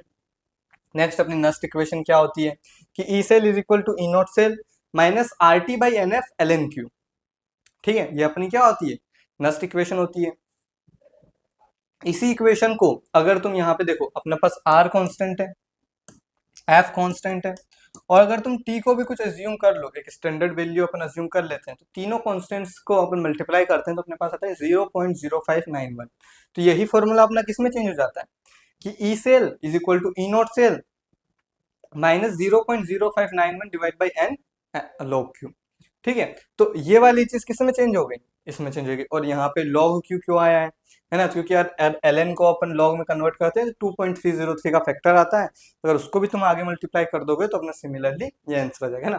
तो यार इन जनरल रिप्रेजेंटेशन में क्या होता है ना कि अगर एल एन लिखा है तो अपन बेस ई मान रहे हैं, है ना, लॉग बेस ई को हम एल एन लिख देते हैं, है ना। और अगर लॉग बेस 10 है तो उसको अपन सिंपली लॉग लिख देते हैं। बाकी कोई भी बेस है तो उसको अपन पर्टिकुलरली स्पेसिफाई करते हैं कि लॉग बेस 2 है या फिर जो भी चीज है, राइट। नेक्स्ट चीज क्या है कि यार मैं अगर सेल पोटेंशियल को जीरो कर दूं, राइट, अगर मैं इसको ई सेल को जीरो कर दूं तो क्या होगा, तो यहाँ पे बस इस फॉर्मूला में इसमें या फिर इसमें जीरो सब्सटीट्यूट कर दो तो क्या होगा, E not cell is equal to 0.0591 divide by N log K C. ठीक है, कैसे अपना इक्विलिब्रियम कांस्टेंट हो जाता है यहाँ पे, है ना, क्योंकि जब अपन ई सेल को जीरो कर देंगे तो अपना इक्विलिब्रियम कांस्टेंट मतलब बेसिकली अगर ई सेल को जीरो कर देते हैं ना तो अपना डेल्टा जी भी जीरो हो जाता है, और अगर डेल्टा जी जीरो हो जाता है ना, तो वो इक्विलिब्रियम की कंडीशन हो जाती है, और अगर इक्विलिब्रियम की कंडीशन हो गई तो ये जो क्यू अपन लेते हैं रिएक्शन कोशेंट, उसको ही अपन क्या बोल देते हैं, इक्विलिब्रियम कांस्टेंट बोल देते हैं। ठीक है, तो वही ई सेल की वैल्यू, ई नॉट सेल की वैल्यू क्या हो जाएगी 0.0591 डिवाइड बाई एन लोग के सी, और यहाँ पे अपना डेल्टा जी की वैल्यू क्या हो गई minus n F E cell. वही मैंने बोला कि ई सेल को जीरो कर दिया तो डेल्टा जी भी जीरो हो जाएगा। ठीक है, एक और इंपॉर्टेंट चीज समझो, इस फॉर्मूला को याद रखो, कैलकुलेशन आसान करने के लिए इसको भी रख सकते हो याद, और इसी से सारे फॉर्मूलाज तुम डेराइव कर सकते हो। बात क्लियर हुई। नेक्स्ट चीज वही है कि अगर मैं ई नोट सेल को जीरो कर दूं, है ना, जो कंसंट्रेशन सेल्स होती है ना अपनी, उसमें दोनों साइड का ई नोट सेम होता है, और ई नोट सेल अपन ने डिस्कस किया था कि ई कैथोड माइनस ई एनोड, अगर दोनों साइड जो एलिमेंट है वो सेम है तो दोनों का जो पोटेंशियल होगा वो भी सेम होगा, तो ई नोट सेल की वैल्यू क्या हो जाएगी, जीरो हो जाएगी, है ना, यहाँ पे वो लिखा हुआ भी है। तो अगर ई नोट सेल की वैल्यू अपनी जीरो हो गई है तो अपन सिंपली ई नोट सेल को जीरो पुट करेंगे तो ई सेल क्या हो जाएगा, is equal to minus 0.0591 divide by N log C anode divide by C cathode. वही अपना रिएक्शन कोशेंट को अपन ने अलग अलग प्रोडक्ट डिवाइड बाय रिएक्टेंट के टर्म्स में लिख दिया है ना। अब देखो एक चीज समझो कि अपन ने यहाँ पे एक दो फॉर्मूला डिस्कस किए और उसी से ही अपने सारे फॉर्मूला क्या हो गए, वेरीफाई हो गए। ठीक है, आगे बढ़ते हैं। आगे देखो आपको यहाँ पे बहुत कुछ लिखा हुआ दिख रहा होगा, है ना। सिंपल भाषा में अगर मैं इसे बताऊं तो क्या है, क्या तुम फिजिक्स में एक फॉर्मूला पढ़ते हो, R is equal to rho L by A. R अपना रेजिस्टेंस होता है, रो अपना रेजिस्टिविटी होता है, एल अपना लेंथ होता है, ए अपना क्या होता है, एरिया होता है। ठीक है, तो अगर तुम रेजिस्टेंस तुम्हें पता है, अगर तुम्हें कंडक्टेंस निकालना है तो 1/r कर दो, तो कंडक्टेंस होती है 1/r। रेजिस्टिविटी है, अगर तुम्हें कंडक्टिविटी निकालना है तो कंडक्टिविटी होती है 1/रो। तो बेसिकली तुम इसी फॉर्मूला को याद रखो और इसी फॉर्मूला से सब दूर तुम ट्रेवल कर सकते हो। और एक और चीज होती है सेल कांस्टेंट जी नोट, तो सेल कांस्टेंट क्या होता है अपना L/A, यहाँ पे जो गिवन है। ठीक है, तो तुम बस ये याद रखो कि यार रेजिस्टेंस क्या होता है, रेजिस्टिविटी क्या होता है, कंडक्टेंस क्या होता है, कंडक्टिविटी क्या होता है, और एक फॉर्मूला याद रखो। एक फॉर्मूला से तुम सारी चीजें कैलकुलेट कर सकते हो। मैं बताऊंगा भी आगे कि कैसे तुम इस चीज को कैलकुलेट कर सकते हो। ठीक है, तो कॉन्सेप्ट क्या है यार, we use conductivity cell with two electrodes area A separated by a distance L, the term L/A is called cell constant। ये जो मैंने बताया L/A क्या है, ये सेल कांस्टेंट है, सेल कांस्टेंट है। रेजिस्टेंस क्या है, opposition of the flow of the current. ठीक है, ये तो उसकी बस डेफिनेशन हो गई। कंडक्टेंस क्या है, 1/r, जी से रिप्रेजेंट करते हैं। रेजिस्टिविटी क्या है, rho, rho is equal to R A by L, मतलब अगर इसी फॉर्मूला को तुम ए और एल को इधर लाओगे तो rho is equal to R into A by L हो जाएगा। नेक्स्ट क्या है, कंडक्टिविटी कप्पा, कंडक्टिविटी क्या हो गई, कंडक्टिविटी हो गई 1/रो, जो मैंने यहाँ पे बताया कंडक्टिविटी 1/रो होती है। वही चीज से तुम सारी चीजें कैलकुलेट कर सकते हो। तो ये सब जी इंटू जी नॉट वगैरह ये सारी चीजें तुम जी स्टार वगैरह ये सब चीजें याद रखने की जरूरत नहीं है। एक फॉर्मूला याद रखो और बाकी कॉन्सेप्ट याद रखो। और सिंपल है ना यार, रेजिस्टेंस कंडक्टेंस, रेजिस्टिविटी कंडक्टिविटी, है ना। तो वैसे तुम इसको याद रख सकते हो इजीली। ठीक है। नेक्स्ट अपन पढ़ते हैं कि lambda M is equal to kappa into 1000 divide by C, है ना, मोलर कंडक्टिविटी। और मतलब lambda equivalent is equal to kappa into 1000 divide by N. तो वो मतलब बस अपन ने यहाँ पे मोलर कंडक्टिविटी लिया था, तो यहाँ पे अपन ने मोलरिटी लिया था, वहां पे अपन सिंपली नॉर्मलिटी ले लेते हैं ना, इक्विवेलेंट वगैरह को मल्टीप्लाई करके मोलरिटी की जगह अपना नॉर्मलिटी आ जाता है। नेक्स्ट अपन वही क्या, लेमडा एम जो अपना है वो lambda M nought, lambda M nought minus A into root C. ये क्या है अपना डिबाइल डिबाइल हकल रूल है बेसिकली। अपन एक ग्राफ बनाते थे और उस ग्राफ पे शो करते थे कि यार अपना लेमडा एम क्या होगा। लेमडा एम नोट तो खैर कांस्टेंट होता है, और बाकी अपन रूट सी जो भी है उससे अपन डिफाइन करते थे कि यार ये कैसे इसका ग्राफ का क्या बोलते हैं रिलेशन होगा ना, एक्स एक्सिस पे एक्सिस डिनोट करो, वाई एक्सिस पे एक्सिस डिनोट करो, और तुम सिमिलरली स्ट्रेट लाइन वगैरह जो भी ग्राफ बन रहा है बना सकते हो।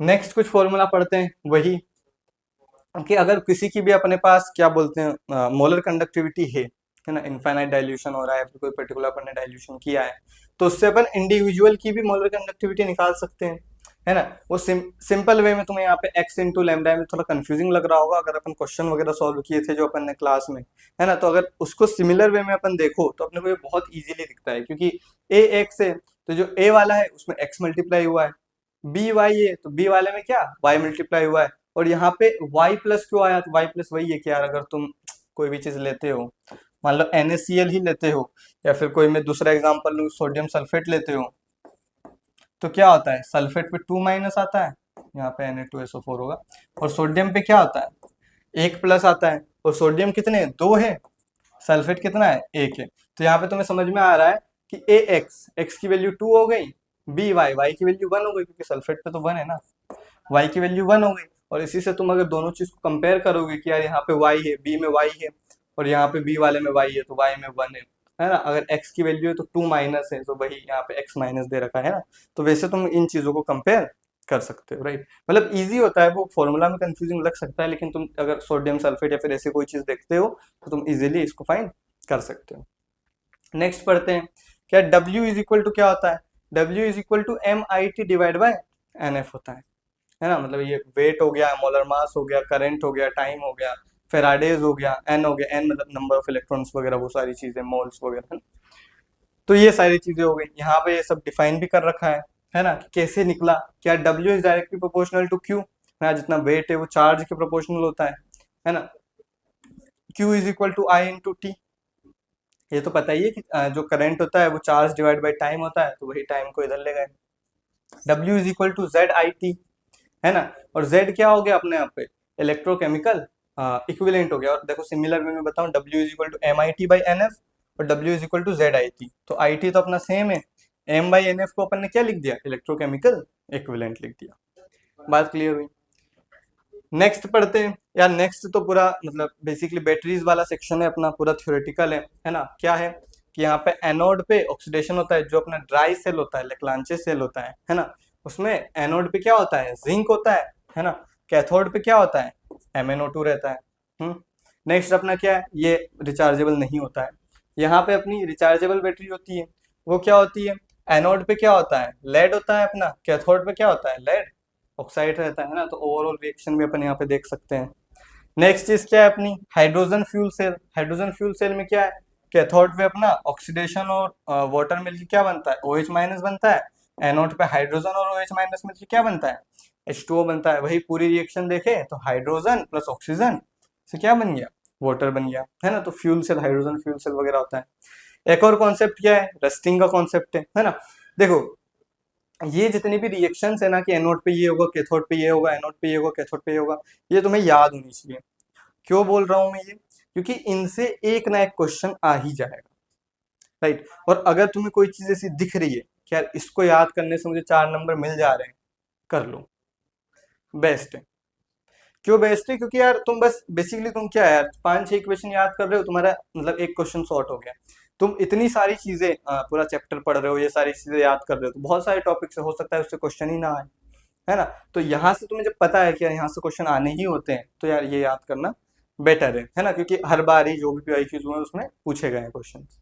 नेक्स्ट पढ़ते हैं कि यार एनोड पे जब अपन रस्टिंग होती है तो क्या होता है कि एनोड पे जो आयरन होता है वो Fe2+ बनाता है, और उसके बाद कैथोड पे क्या होता है कि ऑक्सीजन और 4H+ जुड़ के क्या बन जाते हैं, H2O बना लेते हैं, है ना। तो यहाँ पे तुम देख सकते हो कि Fe2O3 बन रहा है ना, क्योंकि जो Fe2+ है पहले Fe3+ में कन्वर्ट होता है और बाकी सारी फिर चीजें होती है। यहाँ पे लिखा हुआ भी है कि the Fe2+ ion are further oxidised to, मतलब further oxidised by oxygen to Fe3+ ion which is then forms hydrated iron oxide, और यही क्या होता है, रस्ट होता है, ठीक है। और यहाँ पे XH2O इसलिए लिखा हुआ है क्योंकि फिक्स नहीं होता, रस्ट में कितना भी वाटर हो सकता है, कोई भी चीज हो सकती है, राइट। तो उसमें XH2O लिखा हुआ है, राइट। नेक्स्ट चीज समझते हैं, नेक्स्ट चीज क्या है, मैं इसको नीचे कर देता हूँ, ठीक है।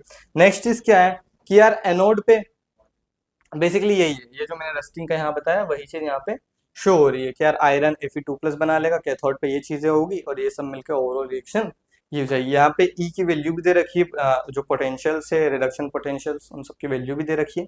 इंपॉर्टेंट नहीं है, क्यों इंपॉर्टेंट नहीं है, क्योंकि वो अगर इंपॉर्टेंट होगा, क्वेश्चन में पूछा गया होगा तो दे रखा होगा, है ना। तो ये वैल्यूज याद रखने की जरूरत नहीं है। तुम्हें इंपॉर्टेंट है कि तुम्हें रिएक्शन याद रहनी चाहिए कि कौन सी रिएक्शन में क्या हो रहा है। हो सकता है कि तुमसे पूरा नहीं पूरी रिएक्शन ना पूछे, यही पूछ ले कि Fe2+ Fe3+ में कन्वर्ट हो रहा है कि नहीं, या फिर Fe3+ Fe2+ में कन्वर्ट होता है कि नहीं, है ना। तो वैसे सारे क्वेश्चन तुम्हें पूछे जा सकते हैं, राइट। तो नेक्स्ट करते हैं, है ना। तो फॉर्मूलाज वगैरह मेरे ख्याल से क्लियर हो चुके हैं, है ना। तो अब अपन क्या करने वाले हैं, अपन कुछ क्वेश्चंस करने वाले हैं और उसी में समझने वाले हैं कि कोई भी क्वेश्चन दे रखा होगा तो उसे कैसे अप्रोच करेंगे, ना। न्यूमेरिकल हेवी क्वेश्चन हो सकते हैं इलेक्ट्रोकेमिस्ट्री में, है ना, क्योंकि लोग वगैरह लेना होता है और भी बहुत सारी चीजें होती हैं, तो देर में भी पॉसिबिलिटी कि तुम्हें टाइम लगे कैलकुलेट करने में। लेकिन हाँ, अगर तुम नॉर्मली जो लोग वगैरह की वैल्यूज है वो तो सिंपल दे रखी होती है ना, तो तुम इजीली निकाल सकते हो, ठीक है। तो क्वेश्चन शुरू करते हैं। क्वेश्चन क्या है कि the value of delta G naught for a cell reaction is related to E note cell by the expression. अच्छा, तो यार अपन ने यहाँ पे फॉर्मूला में ही अभी आगे पढ़ा था कि डेल्टा जी नोट और ई नोट सेल कैसे रिलेटेड होता है ना। मैं बता देता हूँ तुम्हें स्लाइड पीछे करके, यहाँ पे ही कहीं पढ़ा था कि यार delta G naught is equal to -NF E cell. अच्छा, तो यही चीज है, डायरेक्ट फॉर्मूला बेस्ड भी क्वेश्चन पूछ लिए जाते हैं कि delta G naught is equal to -NF E cell, ये रहा सिंपल क्वेश्चन, है ना। तुम अगर पीवाईक्यूज भी उठा के देखोगे ना, तो बहुत सारे क्वेश्चन में तुमने एक आध क्वेश्चन देखा होगा, अगर पीवाईक्यू की सीरीज जैसे कि मैंने बैच में भी सॉल्व करवाए हैं सारे पीवाईक्यूज, तो एक क्वेश्चन देखा होगा कि तुम्हें टेबल दे रखी होती है मैच द फॉलोइंग में, यहाँ पे उन्होंने नाम दे रखे हैं जैसे कि रिलेटिव लवरिंग इन वेपर प्रेशर, ऑस्मोटिक प्रेशर, ये सारी चीजें, और तुम्हें बस फॉर्मूला से मैच कराना होता है। अब इससे सिंपल क्या ही होगा, ना कैलकुलेशन करना, ना सोचना क्या है, बस फॉर्मूला याद हो, तुमने मैच करवा दिया, आंसर मिल गया, सिंपल, ठीक है। तो डेल्टा जी नोट क्या होता है, -NF ए नोट सेल। वही दे रखा है कि यार the standard gives free energy change is a negative of the maximum work done by the cell. तो डेल्टा जी नोट क्या हो गया, -NF ई नोट सेल। तो वही चीज इसमें दे रखी है। नेक्स्ट चीज पढ़ते हैं, again theoretical question. In the standard hydrogen electrode SHE the platinum foil is coated with, है ना। जो स्टैंडर्ड हाइड्रोजन इलेक्ट्रोड होता है SHE, उसमें प्लेटिनम फॉइल किस चीज से कोटेड होती है ना।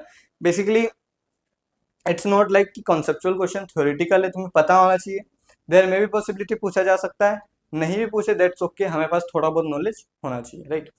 तो स्टैंडर्ड हाइड्रोजन सेल में प्लेटिनम फॉइल किससे कोटेड होती है, तो सिंपल आंसर है प्लेटिनम ब्लैक। कोई ऐसा नहीं, अगर तुम्हें याद है तो याद है, नहीं याद है तो नहीं याद है, राइट। तो वही है कि the platinum electrode is coated with finally divided platinum black to increase the surface area for the absorption of hydrogen gas. This particular line is important. हो सकता है तुमसे ये ना पूछे किससे वो कोटेड होता है, हो सकता है ये पूछ ले कि यार प्लेटिनम ब्लैक से क्यों कोटेड होता है। तो क्यों कोटेड होता है, for the absorption of hydrogen gas, ठीक है। आगे बढ़ते हैं। नेक्स्ट क्वेश्चन क्या है कि यार how much electricity in Coulomb's, ध्यान रखना यहाँ पे यूनिट पूछा हुआ है कि यार कुलॉम्स में कितनी इलेक्ट्रिसिटी यूज होगी, is required for the oxidation of 1 mole of H2O to O2। अच्छा, तो अगर 1 मोल H2O है, उससे O2 में कन्वर्ट हो रहा है, तो अपने को कितने कूलॉम इलेक्ट्रिसिटी की आवश्यकता पड़ेगी। ठीक है, सिंपल। क्या किससे क्या कन्वर्ट हो रहा है, H2O से कन्वर्ट हो रहा है भाई O2। अच्छा, इधर कितने ऑक्सीजन है, एक है। इधर कितने ऑक्सीजन हो रहे हैं, दो। अच्छा, तो अगर मैं इसको आधा कर दूं तो इधर ऑक्सीजन हो गया एक, इधर ऑक्सीजन हो गए एक। हाइड्रोजन कितने, दो। तो हाइड्रोजन में दो ले लेता हूं, दो H प्लस दो अपने हाइड्रोजन हो गए। और इलेक्ट्रॉन कितने निकले, दो इलेक्ट्रॉन निकले। तो यहाँ पे सिंपल वे में अपने को पता चल रहा है कि अगर H2O से एक मोल, ये एक मोल है ना, H2O से अगर ऑक्सीजन बना रहे हैं तो आधा मोल ऑक्सीजन बनता है और अपने पास दो इलेक्ट्रॉन मिलते हैं। तो दो इलेक्ट्रॉन मिलते हैं तो अपने कितनी इलेक्ट्रिसिटी यूज होगी, दो फेराडे इलेक्ट्रिसिटी। दो फेराडे इलेक्ट्रिसिटी है ना, यहाँ पे यूनिट फेराडे में, इसको कूलॉम में कन्वर्ट करते हैं। तो 2 × 96,500 कूलॉम। ठीक है, इसको कैलकुलेट करेंगे तो अपना आंसर आ जाएगा 2×5 = 10, कैरी 1, 2×6 = 12, 13, 193,000। तो अपना ऑप्शन नंबर 2 क्या हो जाएगा, करेक्ट हो जाएगा, 193,000 कूलॉम। है ना। तो देखो यार, इसमें एक इंपॉर्टेंट चीज तुम समझ लो कि 1 फेराडे = 96,500 कूलॉम रहता है। और ये इंपॉर्टेंट क्यों है, क्योंकि अपने को कूलॉम में पूछा गया है। अगर फेराडे में पूछा होता तो 1 फेराडे में कर देते। और डिपेंडिंग ऑन द आंसर ना यार, मतलब अगर नहीं पूछा हुआ है, कुछ भी नहीं बोला, उसने इलेक्ट्रिसिटी बोल दिया और आंसर अपने कूलॉम्स में, तो ऑब्वियसली अपने को कूलॉम्स में मतलब आंसर करना है।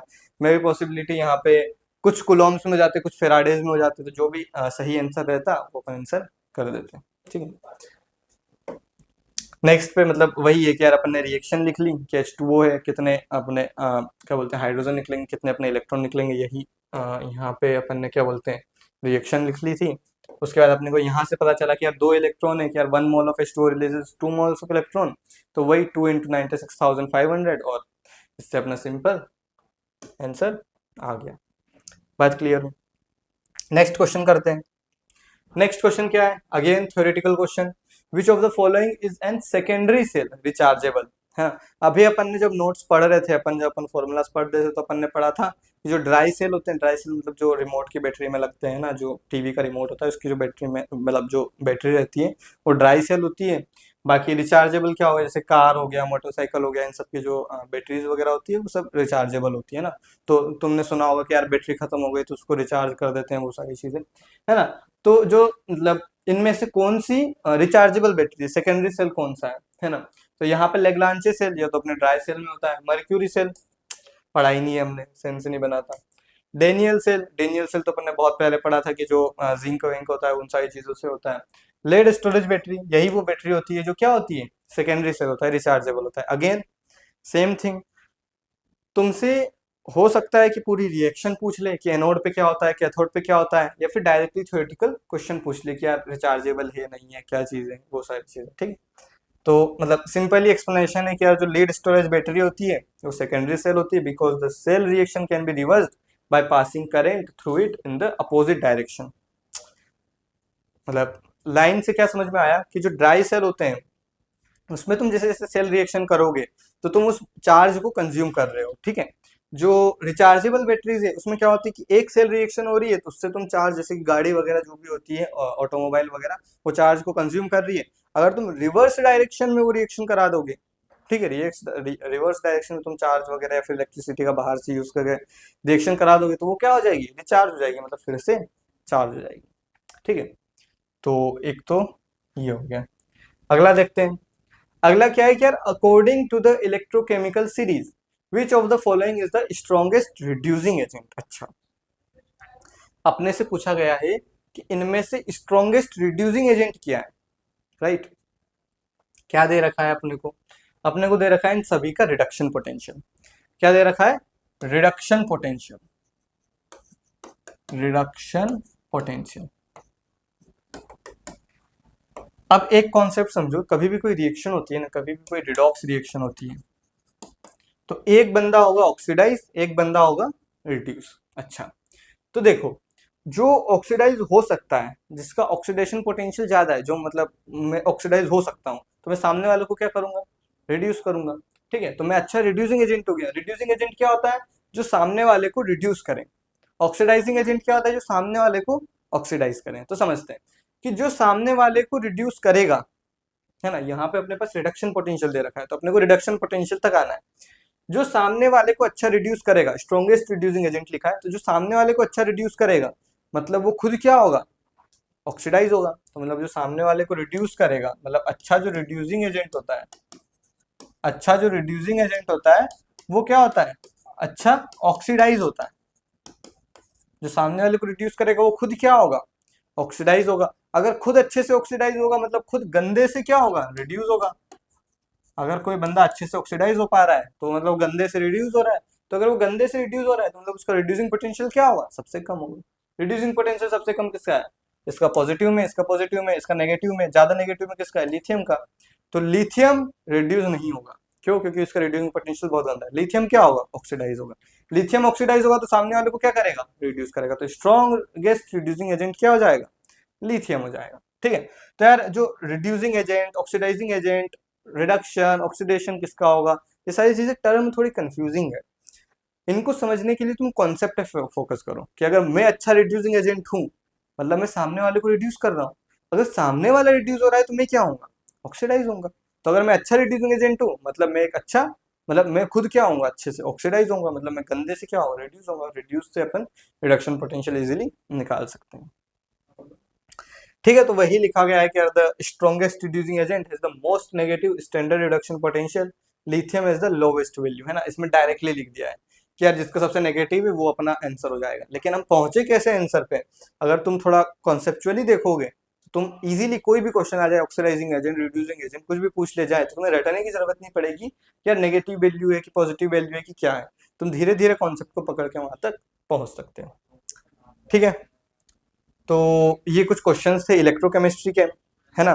तो इन क्वेश्चन में हमने क्या सीखा? बेसिकली इलेक्ट्रोकेमिस्ट्री में जितने भी मैंने क्वेश्चन पढ़ाए हैं उसमें से कुछ थ्योरेटिकल थे, है ना। थ्योरेटिकल मतलब जो सेल वगैरह से थे वो सारी चीजें थे, वो आप पढ़ सकते हो। बाकी कुछ क्वेश्चंस कंसेप्चुअल थे, जैसे कि रिड्यूसिंग एजेंट वाला ही कंसेप्चुअल था कि कैसे हम इसको निकाल सकते हैं। फॉर्मूला बेस्ड मैंने क्वेश्चन इसमें कम रखे हैं क्योंकि मैंने तुम्हें शुरुआत में ही बताया था कि यार एक ही फॉर्मूला है, उसी के बेसिस पे तुम अलग अलग चीजें करते हो। फॉर्मूला में चीजें सब्स्टिट्यूट करोगे आंसर आ जाएगा, राइट। तो फॉर्मूला में तुम्हें बेसिकली अगर तुम्हें फॉर्मूला याद है तो जैसे मैंने सॉल्यूशन चैप्टर में भी तुम्हें बताया कि अगर फॉर्मूला पता है तो तुम आंसर तक कैसे पहुंचते हो, कैसे चीजों को सब्स्टिट्यूट करते हो, सिमिलर स्ट्रेटजी तुम इसमें यूज करोगे और निकालोगे, है ना। इस पर्टिकुलर लेक्चर का अपना मोटिव ये है कि तुम डिफरेंट टाइप्स ऑफ क्वेश्चन को अटेम्प्ट करना सीख जाओ, और कोई भी क्वेश्चन आए तुम उसको सॉल्व कैसे करोगे वो स्किल तुम्हारे अंदर होनी चाहिए। ठीक है। तो नेक्स्ट वही है, अपन अगला चैप्टर करते हैं जो कि अपना केमिकल काइनेटिक्स। ठीक है।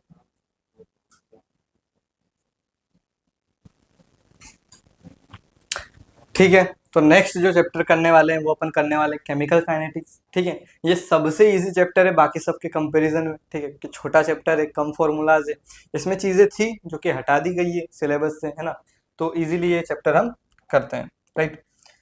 तो यार पहले फॉर्मूला ही डिस्कस कर लेते हैं जितने भी हैं, राइट। तो पहला फॉर्मूला है अपना रेट ऑफ द रिएक्शन का।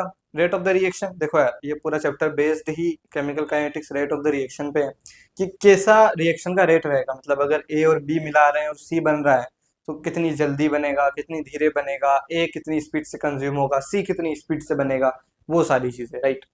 तो वही पढ़ते हैं कि रेट ऑफ द रिएक्शन क्या हो गया, A nought minus A T divide by T. मतलब रेट जो भी कंसंट्रेशन शुरुआत में थी उसमें से बाद वाली कंसंट्रेशन माइनस करके टाइम से डिवाइड करेंगे तो अपनी रेट ऑफ द रिएक्शन आ जाएगी।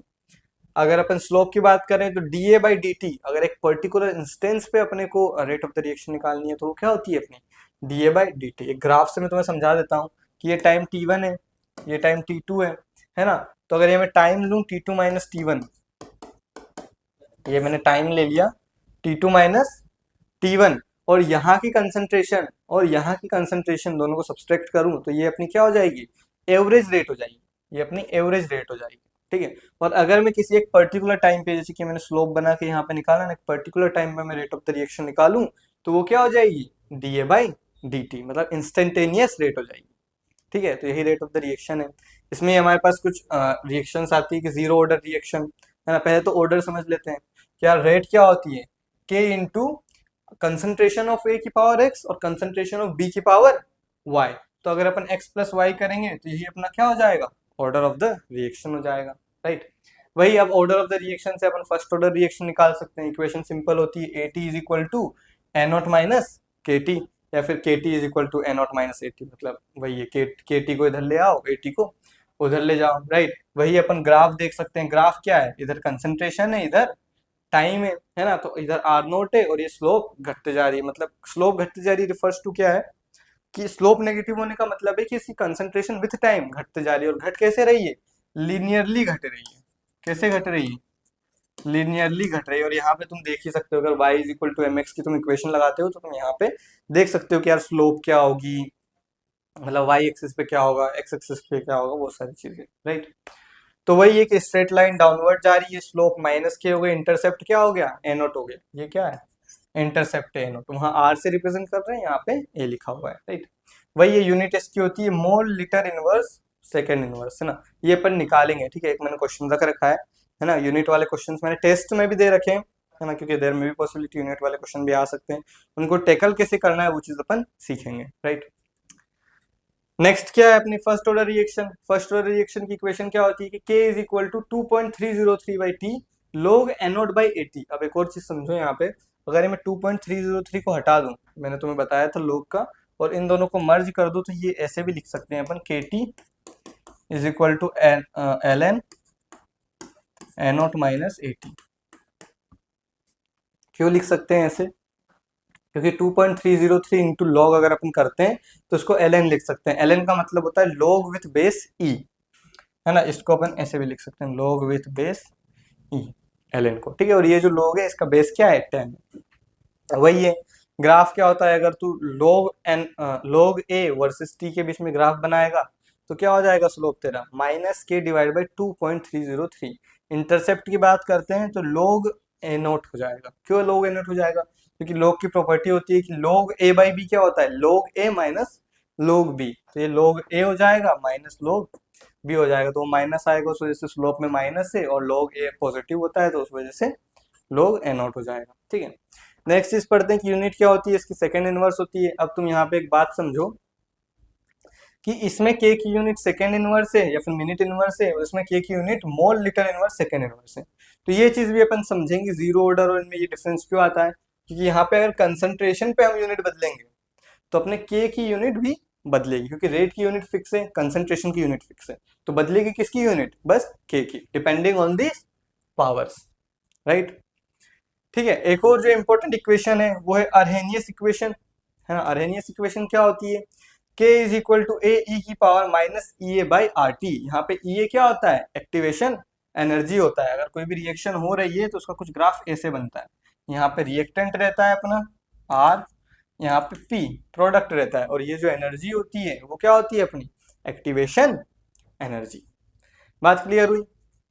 वही अगर अपन प्लॉट बनाएंगे एल एन के वर्सेस 1/t, ये क्यों है, क्योंकि तुम दोनों साइड अगर लॉग लोगे तो ये हो जाएगा एल एन के, ये हो जाएगा l n A minus E A by R T. तो अगर तुम वही बनाओगे तो स्लोप इसकी क्या हो जाएगी, minus E A by R, ठीक है। किस किस के बीच में बना रहे हो, एल एन के बना बीच में, और 1/t के, एल एन के क्योंकि वाई इज इक्वल टू ये अपना सी माइनस एम एक्स। तो y is equal to M X plus C होता है, इसको प्लस लिखेंगे तो अपनी स्लोप यहाँ पे किस में आ जाएगी, नेगेटिव में आ जाएगी, ठीक है। इंटरसेप्ट क्या हो गया अपना ln a हो गया। कंसेप्ट क्या होगा कि lower E A means faster reaction, higher T means faster reaction. ये कैसे हुआ, सिंपल चीज समझते हैं कि फास्टर रिएक्शन कब होगी, फास्टर रिएक्शन तब होगी जब रेट ज्यादा होगा, है ना। तो अगर अपन टी की वैल्यू को लेट से मैंने बढ़ाया, है ना, यहाँ पे हायर टी लिख रखा है, तो लेट से मैंने टी की वैल्यू को बढ़ाया, तो टी डिवाइड में ये ई ए बाई आर टी क्या हो जाएगा, घट जाएगा। लेकिन ये नेगेटिव है तो ये minus E A by R T क्या हो जाएगा, बढ़ जाएगा। और ई की पावर में कुछ पॉजिटिव चीज बढ़ रही है तो ई की पावर मतलब ओवरऑल चीज भी क्या होगी, बढ़ेगी, तो रेट भी बढ़ेगा, मतलब हायर टी है तो फास्टर रिएक्शन होगी। सिमिलर वे में लोअर ये है तो फास्टर रिएक्शन होगी, लोअर ये अगर ए की वैल्यू घटाई, है ना, और माइनस ये की वैल्यू क्या हो जाएगी, बढ़ जाएगी। अगर ये की वैल्यू में घटाऊंगा, जैसे कि मान लो ये मेरा 5 था, राइट, 5 करके मैंने 1 कर दिया, ये की वैल्यू मैंने घटा दी, तो माइनस ये की वैल्यू क्या होगी, पहले -5 था वो -1 हो जाएगा, तो माइनस ये की वैल्यू क्या हो जाएगी, -5 से -1 हो गई, मतलब बढ़ गई।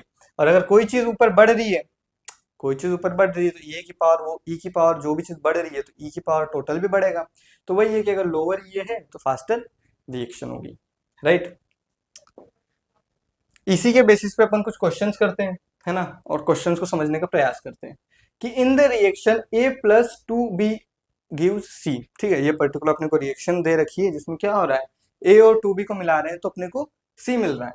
If the concentration of the B is doubled, B की कंसंट्रेशन अपन ने क्या कर दी, डबल कर दी, while keeping the A constant the rate remains the same. अच्छा, तो हो क्या रहा है, क्या कोई तो भी रेट ऑफ द रिएक्शन है अपनी, है ना, वो क्या हो रही है, सेम हो रही है। और रेट क्या होता है अपना, के ए की पावर एक्स प्लस बी की पावर वाई। अब हो क्या रहा है भाई, मैंने क्या किया, कंसंट्रेशन ऑफ बी डबल कर दी। मैंने क्या किया, कंसंट्रेशन ऑफ बी को क्या कर दिया, डबल कर दिया ना। अगर मैं कंसंट्रेशन ऑफ बी को मैंने क्या कर दिया, डबल कर दिया, इसकी पावर वाई है ना। तो रेट सेम है, मतलब रेट पे कुछ फर्क नहीं पड़ रहा है। अगर इसमें ओवरऑल में सॉल्व करूं, यहाँ पे ए की पावर एक्स रहे तो ये क्या हो जाएगा, के इंटू ए की पावर एक्स बी की पावर वाई इंटू 2 की पावर वाई, है ना। तो रेट पे कुछ फर्क नहीं पड़ रहा है। तो order with respect to B, order with respect to B मतलब वाई की वैल्यू बतानी है। तो यार अगर कुछ चेंज नहीं हो रहा है तो मल्टीप्लाई किससे हो रहा है, 1 से मल्टीप्लाई हो रहा है, तभी कुछ चेंज नहीं हो रहा है। तो वाई की वैल्यू यहाँ से क्या आ गई, 0 आ गई। तो विद रेस्पेक्ट टू बी जो ऑर्डर हो जाएगा वो क्या हो जाएगा, 0 हो जाएगा। और ऑर्डर वैसे भी एक्सपेरिमेंटली कैलकुलेट होता है, तो इन्हीं डेटा वगैरह की वजह से ही अपन निकालते हैं कि ऑर्डर क्या होगा। ए के रेस्पेक्ट में हमें कुछ नहीं पता है, क्यों, क्योंकि उसको कांस्टेंट रखा गया है। हमें बी के रेस्पेक्ट में निकालना था, तो हम कैसे निकालेंगे, अपन रेट लो लिखेंगे और चीजें निकालेंगे, तो अपने को सिमिलरली क्या मिल जाएगा कि ऑर्डर बी के रेस्पेक्ट में क्या है, बी के रेस्पेक्ट में ऑर्डर वाई है, ए के रेस्पेक्ट में ऑर्डर एक्स है। ओवरऑल ऑर्डर क्या है, ओवरऑल ऑर्डर अपना एक्स प्लस वाई है। बात क्लियर हुई, तो अपना आंसर क्या आ जाएगा, 0। तो वही अपन कर देते हैं कि since changing B's concentration is no effect on the rate, the reaction is 0 order with respect to the B. Same चीज लिखी गई है, अपन ने मैथमेटिकली कैलकुलेट किया, इसने थ्योरेटिकली बता दिया। नेक्स्ट चीज पे आते हैं, राइट। तो the rate of the rate constant for first order reaction is 60 second inverse. अच्छा, तो जो रेट कांस्टेंट है के, वो क्या है अपना 60 second inverse. How much time will it take to reduce the initial concentration of the reactant to its 1/10 value? तो initial concentration let's say A है और final concentration कितनी जानी चाहिए, 1/10 of A, मतलब final concentration जो अपनी 80 है वो क्या हो गई, एनोड बाय 10, 1/10 ऑफ A। ठीक है, तो अपने को निकालना है कि यार टाइम क्या होगा। ठीक है, तो यार अपन ने फॉर्मूला सिंपल पढ़ा था, T is equal to 2.303 divide by K log A naught by 80 की जगह लिख दो एनोट डिवाइड बाय 10। तो ये एनोट से एनोट कैंसिल, तो क्या आएगा 2.303 divide by K log of 10। अब log ऑफ 10 बेस भी 10 है, तो ये वैल्यू क्या हो जाएगी, 1 हो जाएगी। ठीक है, तो अपने को आंसर टी की वैल्यू क्या हो गई, 2.303 डिवाइड बाई के। तो t is equal to 2.303 divide by के।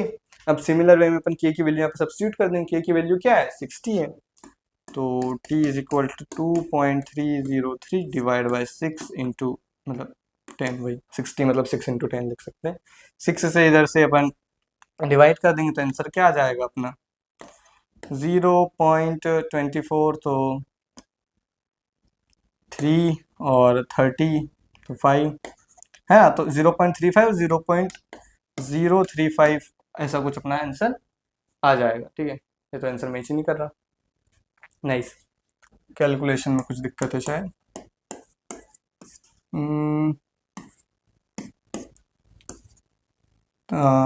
अच्छा, यहाँ पे 5 आएगा, यहाँ पे 3 नहीं आएगा, 5 आएगा, राइट।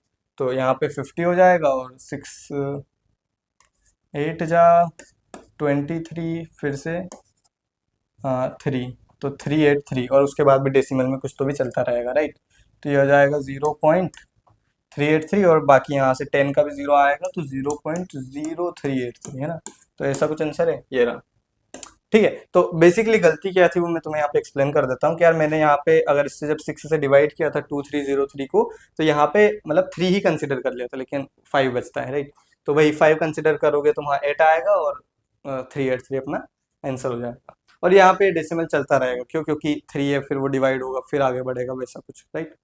तो वही चीज़ है, तो अपना आंसर क्या आ जाएगा? 0.038 सेकेंड, राइट? तो वही कैलकुलेशन में है मिस्टेक थोड़ी सी, तो मतलब वही है जो फॉर्मूला लगाया अपन, इस पे आते हैं कि t is equal to 2.303 divide by K log r naught by r, और वही अपन ने निकाल लिया, तो अपना आंसर आ गया, राइट? आगे बढ़ते हैं, अगला क्वेश्चन अटेम्प्ट करते हैं कि the unit of the rate constant for a reaction is equal to mole, मतलब उस पे -2 पावर, लीटर पे स्क्वायर पावर, और एस पे -1 power. The order of the reaction is, है ना, इसी की मैं बात कर रहा था कि यार जो यूनिट होती है के की, वो ऑर्डर ऑफ द रिएक्शन पे डिपेंड करती है, ठीक है? तो कैसे करती है वो समझते हैं कि यार जो अपना रेट होता है वो क्या होता है? D A by D T, D A by D T, या फिर वही अगर एवरेज रेट लो तो भी ठीक है, इज इक्वल टू के इंटू ऑर्डर, अगर अपन कुछ भी एक ही मान लेते हैं रिएक्टेंट, ए की पावर एक्स, अपने को इस एक्स की वैल्यू निकालनी है, राइट? तो basically D A by D T क्या हो गया? Concentration divide by time. Concentration divide by time क्या हो गया? मोल, मतलब पहले मैं कंसंट्रेशन में ही लिखता हूँ, धीरे धीरे चलते हैं, ठीक है? तो कंसंट्रेशन डिवाइड बाय टाइम, ठीक है, इज इक्वल टू क्या हो गया? के इंटू कंसंट्रेशन, क्योंकि ये भी कंसंट्रेशन है, की पावर एक्स, राइट? फिर इसको कंसंट्रेशन को इधर ले आते हैं, तो सी डिवाइड बाय सी की power X into T is equal to K, ठीक है? तो ये क्या हो जाएगा? सी की power 1 minus x into T की पावर -1 इज इक्वल टू के। अब टी की पावर -1, अब टी की यूनिट क्या होती है? सेकेंड इनवर्स, तो पहले कंसंट्रेशन की यूनिट लिख देते। कंसंट्रेशन की यूनिट क्या होती है? मोल डिवाइड बाय वॉल्यूम, वॉल्यूम किस में होता है? लीटर में होता है, लीटर की पावर 1 माइनस एक्स, ठीक है? टाइम की क्या होती है? सेकेंड, तो सेकेंड की पावर -1 इज इक्वल टू, इधर यूनिट क्या है? मोल की पावर -2, लीटर की पावर 2, तो मोल की पावर -2 डिवाइड बाय, अगर लीटर की पावर ऊपर स्क्वायर है तो नीचे जाके -2 हो जाएगी, डिवाइड बाय लीटर की पावर -2 इंटू सेकेंड की पावर -1। तो यहाँ पे देखो, सेकेंड की पावर -1, सेकेंड की पावर -1 कैंसिल हो गया, ठीक है? अब मोल बाय लीटर, यहाँ पे मोल बाय लीटर की वैल्यू क्या है? -2, तो 1/1 माइनस एक्स की वैल्यू क्या हो गई? -2। इसको सॉल्व करेंगे, x उधर जाएगा, 2 इधर आएगा, तो ये हो जाएगा 1 + 2 इज इक्वल टू एक्स, और ये क्या हो जाएगा? x इज इक्वल टू 3, ठीक है? तो x इज इक्वल टू 3 हो जाएगा, तो अपना ऑर्डर ऑफ द रिएक्शन जो अपन यहाँ पे x लेके चले थे वो क्या हो जाएगा? 3 हो जाएगा, ठीक है? आगे बढ़ते हैं, तो वही है, the unit of the rate constant के for the reaction is this, और मतलब वही जनरल फॉर्मूला अपन ये लेके चलते हैं, जो कि अपन लास्ट में आ भी गया था, रेट वाले से भी अपन ने शुरू किया था, तो मोल बाय लीटर 1 माइनस एन, अपन ने एक्स लिया था, इसने एन दे रखा है, सेकंड इनवर्स आ गया था, उसी को अपन निकालते हैं, तो अपना एन की वैल्यू क्या आ जाती है? 3 आ जाती है। बात क्लियर हुई? आगे का क्वेश्चन करते हैं, यार in the presence of a catalyst the activation energy of a reaction is lowered by 20 kilojoule पर मोल। अच्छा, तो यार इन्होंने क्या किया? कैटलिस्ट ऐड किया, और उससे क्या हुआ कि अपनी क्या बोलते हैं, एक्टिवेशन एनर्जी को कितना लोअर कर दिया इन्होंने? 20 किलोजूल पर mole. If the rate changes by the factor of X, जो रेट है वो एक्स के फैक्टर से चेंज हुई है 300 केल्विन में, what is the nature of x? या पहले समझते हैं कि यार अगर एक्टिवेशन एनर्जी कम होती है तो होता क्या है ना? क्योंकि रेट चेंज हो रहा है, रेट और एक्टिवेशन एनर्जी में अपने पास क्या है? अरेनियस इक्वेशन लिख देते हैं। क्या होता है? k इज इक्वल टू ए ई की पावर माइनस ई ए बाय आर टी। किया क्या है अपन ने? लोअर किया है, ठीक है? तो अगर अपना ई ए की वैल्यू कम होगी, ई ए की वैल्यू कम होगी, तो माइनस ई ए की वैल्यू क्या हो जाएगी? बढ़ जाएगी, और अगर माइनस ई ए की वैल्यू बढ़ी है तो ये ओवरऑल वैल्यू क्या हो जाएगी? बढ़ जाएगी।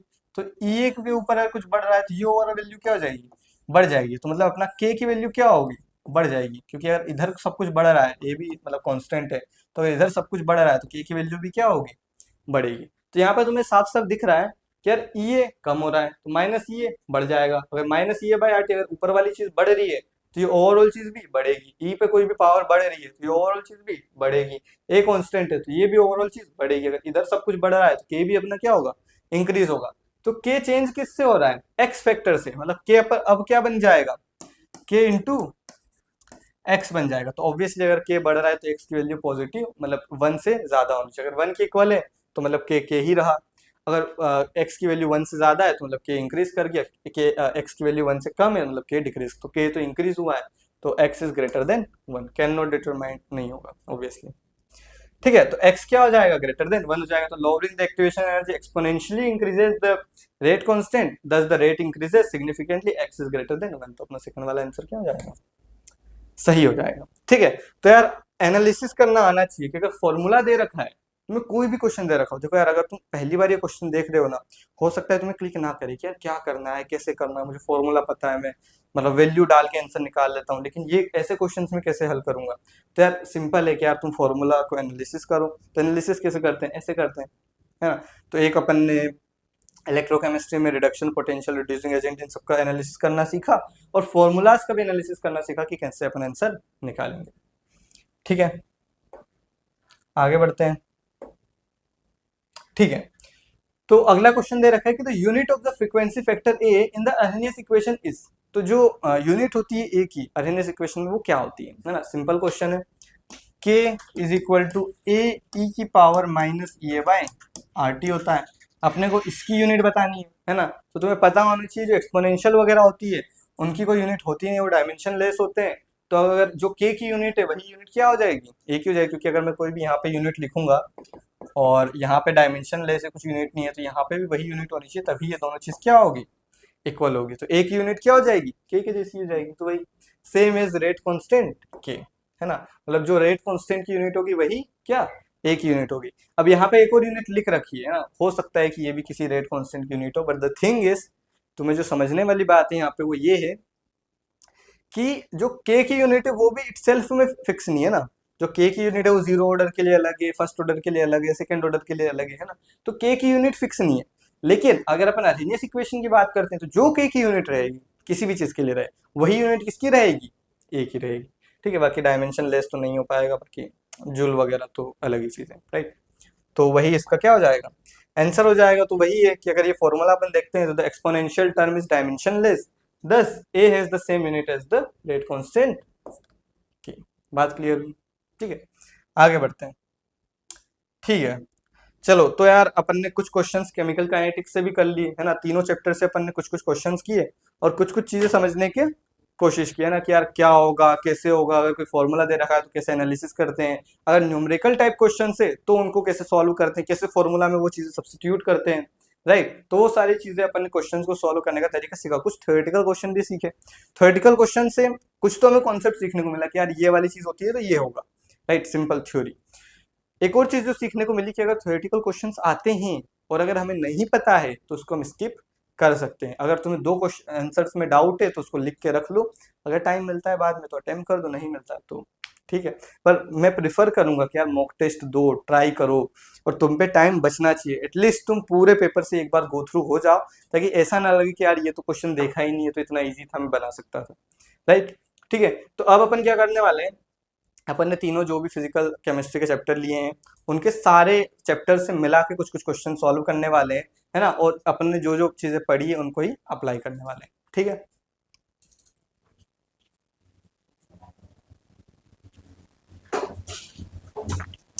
ठीक है, तो अब अपन करने वाले हैं बाकी जितने भी अपने फिजिकल केमिस्ट्री के चैप्टर्स थे उससे कुछ कुछ क्वेश्चन सॉल्व करने वाले हैं, है ना, और उनके आंसर्स देखने वाले हैं कि उनको अपन कैसे अप्रोच करेंगे। ठीक है, तो कुछ चीजें, पहला क्वेश्चन कि यार विच of the following concentration terms is independent of temperature. ठीक है, अपने पास कुछ कंसंट्रेशन टर्म्स दे रखी है, अगेन अ थ्योरेटिकल क्वेश्चन।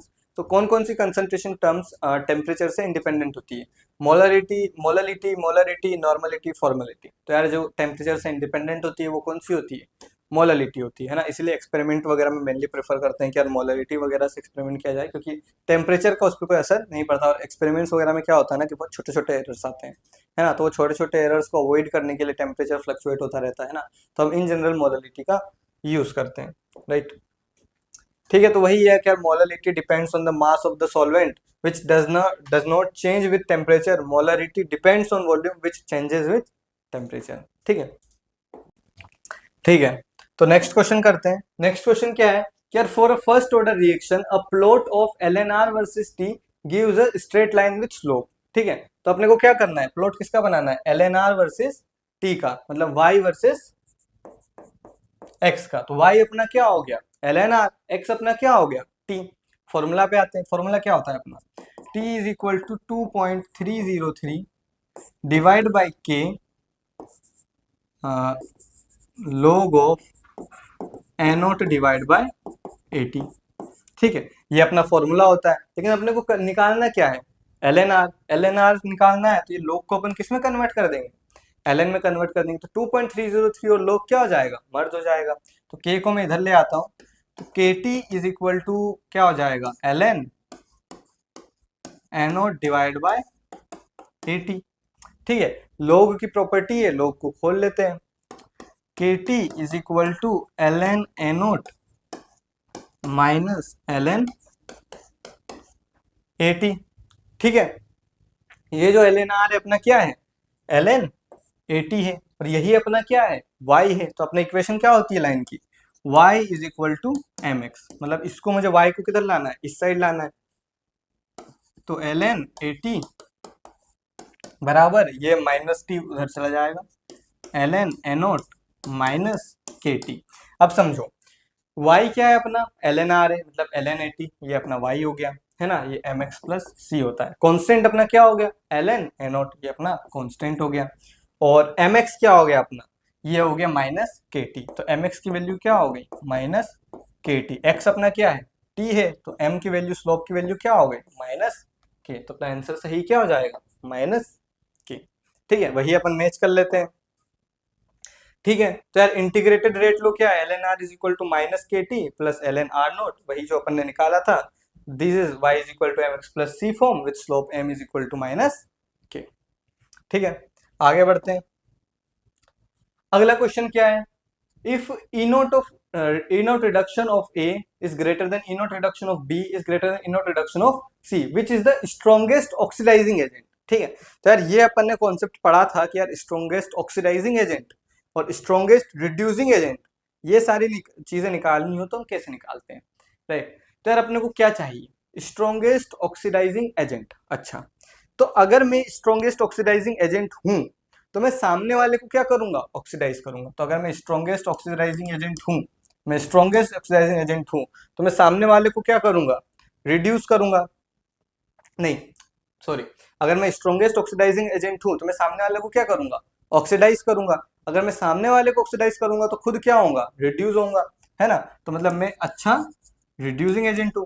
अगर मैं खुद रिड्यूस हो रहा हूं तो मेरा रिड्यूसिंग पोटेंशियल क्या होगा सबसे ज्यादा होगा, तो रिड्यूसिंग पोटेंशियल सबसे ज्यादा किसका है ए का है। ठीक है, तो यार अगर मैं स्ट्रॉन्ग ऑक्सीडाइजिंग एजेंट हूँ, मतलब सामने वाले को मैंने अच्छे से ऑक्सीडाइज किया, सामने वाले को अच्छे से ऑक्सीडाइज किया मतलब मैं खुद अच्छे से रिड्यूस हुआ, अगर मैं खुद अच्छे से रिड्यूस हुआ तो मतलब मेरा रिडक्शन पोटेंशियल क्या है सबसे ज्यादा है। ठीक है, तो ए का रिडक्शन पोटेंशियल सबसे ज्यादा होगा। अब मतलब रिवर्स में भी आ सकते हैं कि यार ए का रिडक्शन पोटेंशियल सबसे ज्यादा है ना, तो मतलब वो खुद अच्छे से रिड्यूस होगा, खुद अच्छे से रिड्यूस होगा तो सामने वाले को अच्छे से ऑक्सीडाइज करेगा, अगर वो बंदा सामने वाले को अच्छे से ऑक्सीडाइज कर रहा है तो वो एक अच्छा ऑक्सीडाइजिंग एजेंट है, तो स्ट्रॉन्गेस्ट ऑक्सीडाइजिंग एजेंट क्या हो जाएगा ए हो जाएगा। ठीक है, तो वही लिखा हुआ है कि यार higher standard reduction potential implies a greater tendency to get reduced making the species the strongest oxidising agent, तो ए अपना क्या हो जाएगा आंसर हो जाएगा simple, higher standard reduction potential implies greater tendency to get reduced जो हमने किया, making the species the strongest reducing agent, मतलब higher reduction potential strongest oxidising agent. ठीक है, जो अपन ने कॉन्सेप्ट से ये इसने रिवर्स में बताया है, अपन ने क्या किया है, मतलब तुम या तो क्वेश्चन से आंसर पे आ जाओ या फिर आंसर से क्वेश्चन पे चल जाओ, राइट। अगर कॉन्सेप्ट तुम्हारा क्लियर है तुम इजीली इनके बीच में ट्रेवल कर सकते हो, राइट। नेक्स्ट चीज पे आते हैं कि यार unit of ebullioscopic constant K B is, अच्छा सबसे पहले तो ये पता होना चाहिए कि केबी है कहाँ से, तो केबी है अपने सॉल्यूशन चैप्टर से, तो डेल्टा टी एफ मतलब डेल्टा टी भी है क्योंकि बॉइलिंग पॉइंट है, is equal to K B into M, तो अपना जो एलिवेशन एंड बॉइलिंग पॉइंट है is equal to K B into M, M क्या है अपना मोललिटी है, मोललिटी अपना क्या होता था अपना number of moles of solute, है ना, मतलब मोल डिवाइड बाय अपना क्या होता था weight of the solvent in KG, weight होता था, तो ये क्या हो जाएगा मोल डिवाइड बाय केजी हो जाएगा, सबकी यूनिट लिख देते हैं, यहाँ पे टेम्परेचर की यूनिट क्या हो गई केल्विन, केबी की यूनिट तो निकालनी है, इसकी यूनिट क्या हो गई मोल डिवाइड बाय केजी, बस इसको सारी यूनिट्स को इधर ले जाते हैं तो क्या हो जाएगा kelvin into KG divide by mole is equal to क्या हो जाएगा, के बी। तो के इंटू के जी मोल इनवर्स, ये के इंटू के जी मोल इनवर्स, ये अपना फोर्थ वाला आंसर क्या हो जाएगा, करेक्ट हो जाएगा। ठीक है, तो वही सॉल्यूशन में एक delta T B is equal to ये पर्टिकुलर थिंग, और इसको मतलब इसकी यूनिट लिख के अपन इधर लाएंगे, तो के इज इक्वल टू के जी इंटू मोल इनवर्स, अपना फोर्थ वाला आंसर क्या हो जाएगा, करेक्ट हो जाएगा। ठीक है, अगला क्वेश्चन देखते हैं। अगला क्वेश्चन क्या है कि the rate constant for a reaction is 1.2 into 10⁻³ second inverse. ठीक है, तो जो रेट कांस्टेंट रिएक्शन का वो क्या है, 1.2 into 10⁻³ second inverse. If the initial concentration is 0.2, अगर इनिशियल कंसेंट्रेशन अपने को 0.2 मोलर दे रखी है तो इनिशियल रेट क्या होगा, है ना। तो यार देखो, इसमें अपने को ऑर्डर नहीं बताया गया है ना। बेसिकली अपने को इनिशियल रेट निकालना है तो अपन रेट इससे निकालते हैं कि रेट इज इक्वल टू के इंटू ए की पावर एक्स। अब एक्स अपने को नहीं पता है, लेकिन तुम यहाँ पे देखो, यहाँ पे यूनिट में दे रखा है सेकेंड इनवर्स, ये एक अच्छे लेवल का क्वेश्चन है। ठीक है, यहाँ पे ऑर्डर नहीं बताया उन्होंने, यहाँ पे यूनिट दे रखी है, और मैंने तुम्हें यूनिट से उस पर्टिकुलर चीज का ऑर्डर क्या होगा वो निकालना सिखाया है। तो जब सेकेंड इनवर्स होता है तो उसका ऑर्डर क्या होता है, फर्स्ट ऑर्डर होता है। तो यहाँ पे एक्स की वैल्यू क्या हो जाएगी, 1 हो जाएगी। अपने को निकालना है इनिशियल रेट, तो अपने को किसकी वैल्यू दे रखी है, रेट कांस्टेंट की वैल्यू दे रखी है। तो ये क्या दे रखी है, 1.2 इंटू 10⁻³ इंटू अपने को क्या कर देना है, 0.2 कर देना है, 0.2। इसकी पावर क्या होगी, 1 ही होगी। इसको सॉल्व करेंगे तो क्या होगा, 2.4 इंटू 10⁻⁴, क्योंकि ये डेसिमल है तो हट जाएगा। ठीक है, तो 2.4 इंटू 10⁻⁴ अपना क्या हो जाएगा, आंसर आ जाएगा।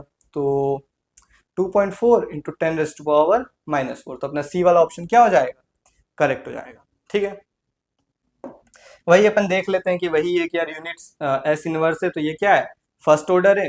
रेट अपन ने देख लिया है, और इन दोनों को मल्टीप्लाई करेंगे तो 2.4 इंटू 10⁻⁴ अपना क्या हो जाएगा, आंसर हो जाएगा।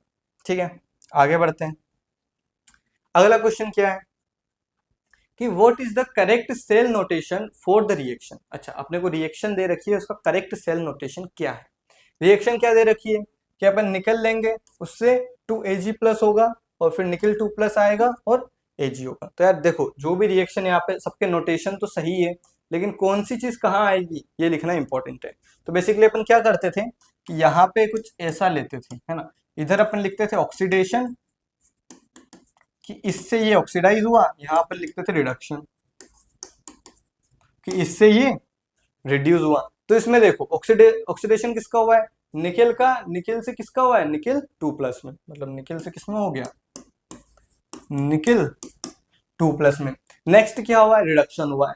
Ag+ का किसमें रिडक्शन हो गया, Ag में, तो वही लिख देते हैं। Ag+ का किसमें रिडक्शन हो गया, Ag में, तो वही मैच कर लेते हैं, निकेल से निकेल 2+, Ag+ से Ag, निकेल से निकेल 2+, Ag+ से Ag। पहले ही आंसर सही है, बाकी और मैच कर लेते हैं। Ag से तो ये गलत हो गया, निकेल 2+ से निकेल गलत, निकेल से Ag+, ये तो गलत ही है। ठीक है, तो अपना पहला ऑप्शन क्या हो गया, सही हो गया। ठीक है, तो यार याद रखो, सेल नोटेशन में इधर ऑक्सीडेशन होता है, इधर रिडक्शन होता है। ऑक्सीडेशन मतलब इधर एनोड होता है, इधर कैथोड होता है। कहाँ से कहाँ चीजें गई है स्पीसीज में, जैसे कि यहाँ पे निकेल से निकेल 2+ हुआ है सेल रिएक्शन में, तो वही अपन ने लिखा है। सेल रिएक्शन जस्ट उल्टे रहती है, तो अपन सेल नोटेशन में भी चेंजेस करते हैं। ठीक है, तो वही लिखा हुआ है कि यार कन्वेंशन क्या होता है, एनोड से एनोड आयन, कैथोड आयन से कैथोड, और वही चीज इसमें लिखी गई है कि एनोड पे क्या हुआ, ऑक्सीडेशन हुआ निकेल से निकेल 2+, रिडक्शन हुआ कैथोड Ag+ से Ag। ठीक है, नेक्स्ट चीज देखते हैं कि यार फॉर द रिएक्शन 2N2O5 से बना 4NO2 + O2, if the rate of formation of NO2 is इतना, the rate of disappearance of N2O5। अच्छा, ये देखो एक अच्छे लेवल का क्वेश्चन है, बहुत ही बेसिक कॉन्सेप्ट उठाया गया है ना। अपने को दे रखा है कि rate of formation of NO2 मतलब D ऑफ NO2/dt अपने को दे रखा है ना। पर अब एक बात समझो कि यार जितना NO2 फॉर्म होगा, जितना rate of formation of NO2 होगा, उतना ही rate of disappearance of N2O5 होगा। तो D यही इक्वल किसके होगा, डिवाइड बाय dt। हाँ देखो, जो चीज जितना जैसे फॉर्म होगी, मतलब अगर NO2 फॉर्म हो रही है तो NO2 किससे फॉर्म हो रही है, N2O5 से। तो जो rate of disappearance of N2O5 रहेगा, वही रेट ऑफ फॉर्मेशन क्या होगा, NO2 होगा। अब देखो, यहाँ पे 4 का फैक्टर है, मतलब NO2 ज्यादा बन रहा होगा, rate of formation of NO2 4 factor से ज्यादा होगा, तो अपन इस rate of formation of NO2 को क्या कर देंगे, डिवाइड बाय 4 कर देंगे। अब एक बात और समझो कि जो rate of disappearance of N2O5 है वो 2 के फैक्टर से ज्यादा होगा, तो इसको भी हम 2 के फैक्टर से क्या कर देंगे, डिवाइड कर देंगे। तो इस इक्वेशन से अपन सिंपली, अपने को ये पता है rate of formation of NO2 अपने को पता है, डिवाइड बाय 4 है ना, और rate of disappearance of N2O5 अपने को निकालना है, डिवाइड बाय 2। तो सिंपल इस इक्वेशन को सॉल्व करेंगे और अपना rate of disappearance of N2O5 मिल जाएगा। कैसे मिलेगा, इसको यहां से ये कैंसिल कर दो, ठीक है, ये 2 हो गया। अब d of NO2 by dt तो अपने को पता है, ये d of NO2 by dt क्या दे रखा है, 2.8 into 10 rest power -3, 2.8 into 10 rest power -3 divide by 2 करोगे तो क्या होगा, 1.4 इंटू 10 रेस्ट पावर -3। तो ये क्या हो जाएगा अपना rate of disappearance of N2O5। तो 1.4 इंटू 10 रेस्ट पावर -3 अपना क्या हो जाएगा, आंसर हो जाएगा। वही दे रखा है कि यार जो rate of disappearance of N2O5 है is equal to 1/2 of rate of formation, है ना, यहाँ पे 1/2, यहाँ पे 1/4, ये मैं इसको नीचे कर देता हूँ, ठीक है। और तुम सिंपली इसको डिवाइड करोगे तो क्या होगा, 1.4 इंटू 10⁻³ तुम्हारा आंसर आ जाएगा। तो यही अपनी क्या होगी, इक्वेशन बन रही है कि इसकी जो रेट ऑफ फॉर्मेशन है डिवाइड बाई 4 और रेट ऑफ डिसअपीयरेंस है डिवाइड बाई 2, दोनों को इक्वेट करो, आंसर निकालो तो अपना आंसर आ जाए। ठीक है, ये बहुत ही बेसिक कॉन्सेप्ट हुआ है, क्योंकि यार कोई चीज अगर फॉर्म हो रही है ना, तो कहाँ से फॉर्म हो रही है, अगर इधर से इक्वेशन इधर जा रही है, मतलब अगर ये डिसअपीयर करेगा तभी ये फॉर्म होगा ना, तो जो इसका रेट रहेगा डिसअपीयरेंस का, वही इसका रेट होगा किसका, फॉर्मेशन का। ठीक है, आगे बढ़ते हैं। अगला क्वेश्चन क्या है कि the anode in a dry cell is made of. ठीक है, तो जो ड्राई सेल होता है, लैंग्लांचे सेल होता है, जो कि रिचार्ज नहीं हो सकता, उसका एनोड किस चीज से बनता है ना। तो यार वही मैंने तुम्हें बताया था कि अगर तुम्हें सेल रिएक्शन याद है, एनोड की, कैथोड की, है ना, तो तुम बेसिकली रिएक्शन वाले क्वेश्चन भी कर लोगे और इससे जो थ्योरेटिकल क्वेश्चन आते हैं उनको भी तुम इजीली हैंडल कर पाओगे। तो किससे बनता है वो, जिंक कंटेनर से बनता है ना। लेड किससे, लेड रिचार्जेबल के लिए होता है, जिंक किसके लिए होता है, अपना ड्राई सेल के लिए होता है। ठीक है, तो वही है कि the outer zinc container acts as an anode in the Leclanché dry cell. ठीक है, आगे बढ़ते हैं। अच्छा, अगला क्वेश्चन क्या है कि यार 18 gram of glucose is dissolved in 1 kg of water. अच्छा, 18 ग्राम ग्लूकोज अपन ने 1 kg वाटर में मिलाया। At what temperature will water boil at 1.013 bar. ठीक है, प्रेशर का क्या काम है, यहाँ पे जो प्रेशर है वो तुम्हें डिनोट कर रहा है कि यार मतलब जो अभी का टेम्परेचर है उस पर ये प्रेशर ये बता रहा है कि बेसिकली अभी वाटर का जो बॉइलिंग पॉइंट है वो 100 डिग्री सेल्सियस है। अपने को पता है कि 100 डिग्री सेल्सियस होता है, पर ये प्रेशर क्या, एटमॉस्फेरिक प्रेशर, जो भी प्रेशर होता है ना इन जनरल एटमॉस्फेयर में, वही है। मतलब बेसिकली अपने को सिंपल 100 डिग्री सेल्सियस ही लेना है। तो बोल रहा है कि यार वाटर किस टेम्परेचर पे बॉईल होना शुरू होगा, मतलब अपने को बॉइलिंग पॉइंट बताना है, बॉइलिंग पॉइंट बताना है। बॉइलिंग पॉइंट कैसे निकलेगा, क्या जितने पे बॉईल होता था मतलब 100 डिग्री सेल्सियस, फिर ये मिलाने के बाद कितने पे हो रहा है, तो उसमें एलिवेशन हो जाएगा, कितना एलिवेशन हो जाएगा, डेल्टा टी, डेल्टा टीबी का एलिवेशन हो जाएगा। तो बेसिकली 100 प्लस डेल्टा टीबी अपने को निकालना है। डेल्टा टीबी क्या हो जाएगा, डेल्टा टीबी को अपन लिख सकते हैं केबी इंटू एम। केबी की वैल्यू क्या अपने को गिवन है 0.52, तो 0.52।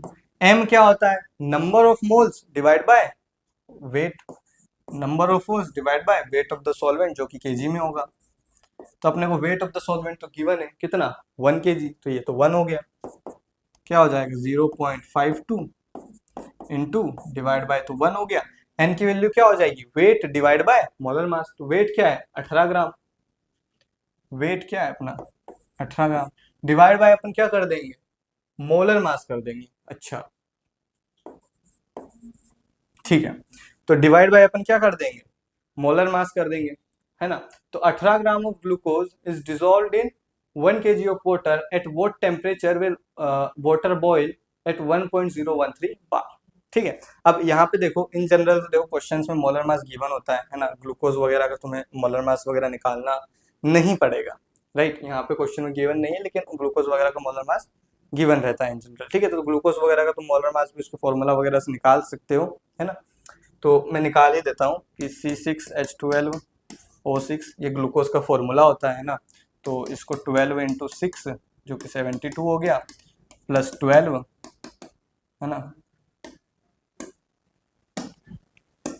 प्लस 12 प्लस अपना क्या हो गया 6 इंटू 6 अपने ऑक्सीजन है, ऑक्सीजन का मोलर मास 16 होता है, 6 कैरी 3 6 9 96, इन तीनों को अपन ऐड कर देंगे तो 0 कैरी 1 10 18, तो 180 अपना क्या हो गया ग्लूकोज का मोलर मास हो गया। ठीक है, तो ये ग्लूकोज का अपना फॉर्मूला होता है, इससे तुम मोलर मास कैलकुलेट कर सकते हो कि कार्बन का मास कितना होता है 6 होता है इंटू 12, हाइड्रोजन का कितना होता है मतलब 1 होता है तो 12 इंटू 1, ऑक्सीजन का कितना होता है 16 तो 16 इंटू 6, तीनों को तुम जोड़ोगे तो 180 ग्राम अपना क्या हो गया ग्लूकोज का मोलर मास हो गया। इंपॉर्टेंट नहीं है, मतलब तुम्हें अगर फॉर्मूला याद है तो अच्छी बात है ना, ग्लूकोज वगैरह के सिंपल फॉर्मूलाज तुम याद रख सकते हो, है ना, तो वही इसका मोलर मास हो जाएगा, तो वही यहाँ पे अपन सब्स्टिट्यूट कर देंगे, तो 0.52 इंटू 18/180 करेंगे तो कितना होगा 1/10, 1/10, तो अपना आंसर क्या हो जाएगा 0.052, तो ये अपना क्या हो गया डेल्टा टीबी हो गया, है ना। अब इसमें बस 100 जोड़ देंगे तो 100.052 अपना क्या हो जाएगा आंसर हो जाएगा, है ना, तो 100.052 अपना क्या हो जाएगा डिग्री सेल्सियस अपना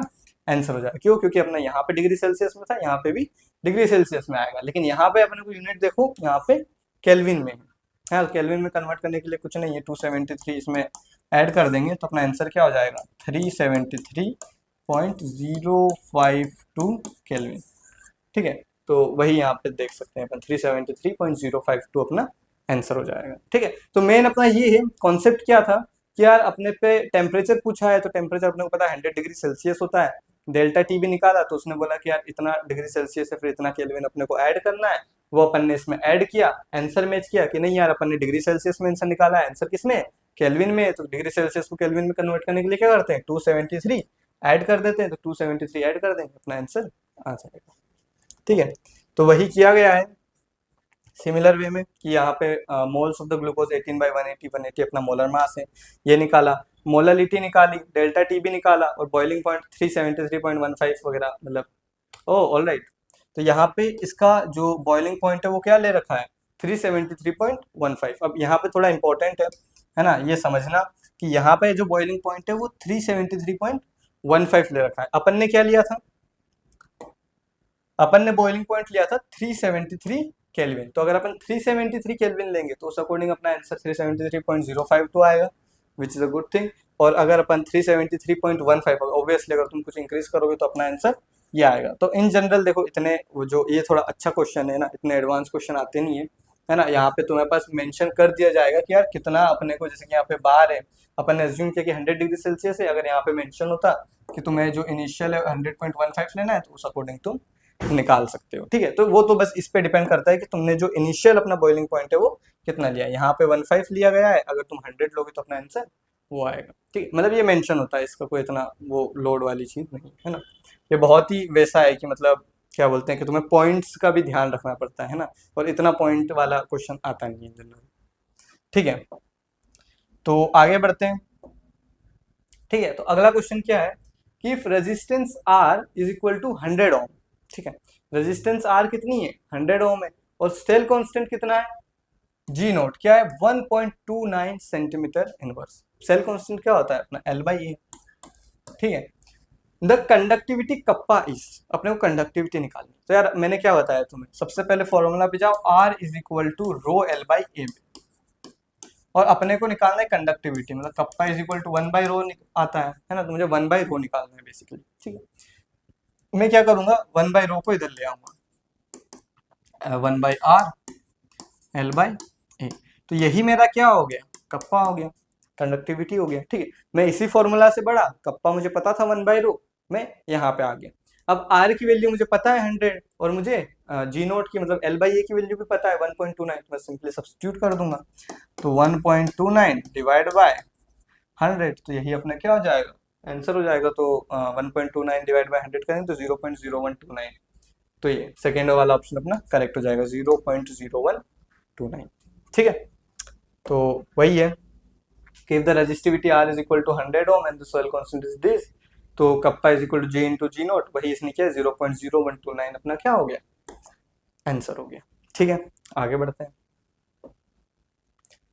ठीक है, तो बेसिकली इसमें पर्टिकुलर चीज में अपन ने क्या क्या सीखा है ना, एक तो सबसे इम्पोर्टेंट चीज अपन ने सीखी इस वाले क्वेश्चन में कि यार अपन एक पास अगर डेल्टा टीवी दे रखा हो या फिर अपने को कांस्टेंट निकालना, जैसे कि इसमें पूछा क्या था अपने से कि किस टेम्परेचर पे बॉईल होगा, तो अपने को क्या निकालना है कि जिस टेम्परेचर पे वो पहले बॉईल होता था प्लस क्या कर दो उसमें कि जितना भी अपना एलिवेशन हुआ है, जैसे कि 0.052 एलिवेशन हुआ तो वो अपन ने प्लस कर दिया, है ना। एक और चीज क्या सीखने को मिली इस पर्टिकुलर चीज से, है ना। इसमें अज्यूम किया गया है कि अपना जो इनिशियल टेम्परेचर है वो 373.15 होगा, है ना। अपन ने क्या माना था 370, तो अपने आंसर से ये आया है, इसके एंड से ये आया है। और ये थोड़ा एडवांस क्वेश्चन है क्योंकि इसमें ना बिल्कुल पॉइंट डेसिमल देखो, यहाँ पे आंसर्स देखो तुम 373.052, 373.15, 373.202 और 374, है ना। तो वो सारी चीजें कि यार बहुत ही माइन्यूट सा डिफरेंस है। इन जनरल तुम्हें क्या होता है कि यहाँ पे वैल्यू दे रखी होती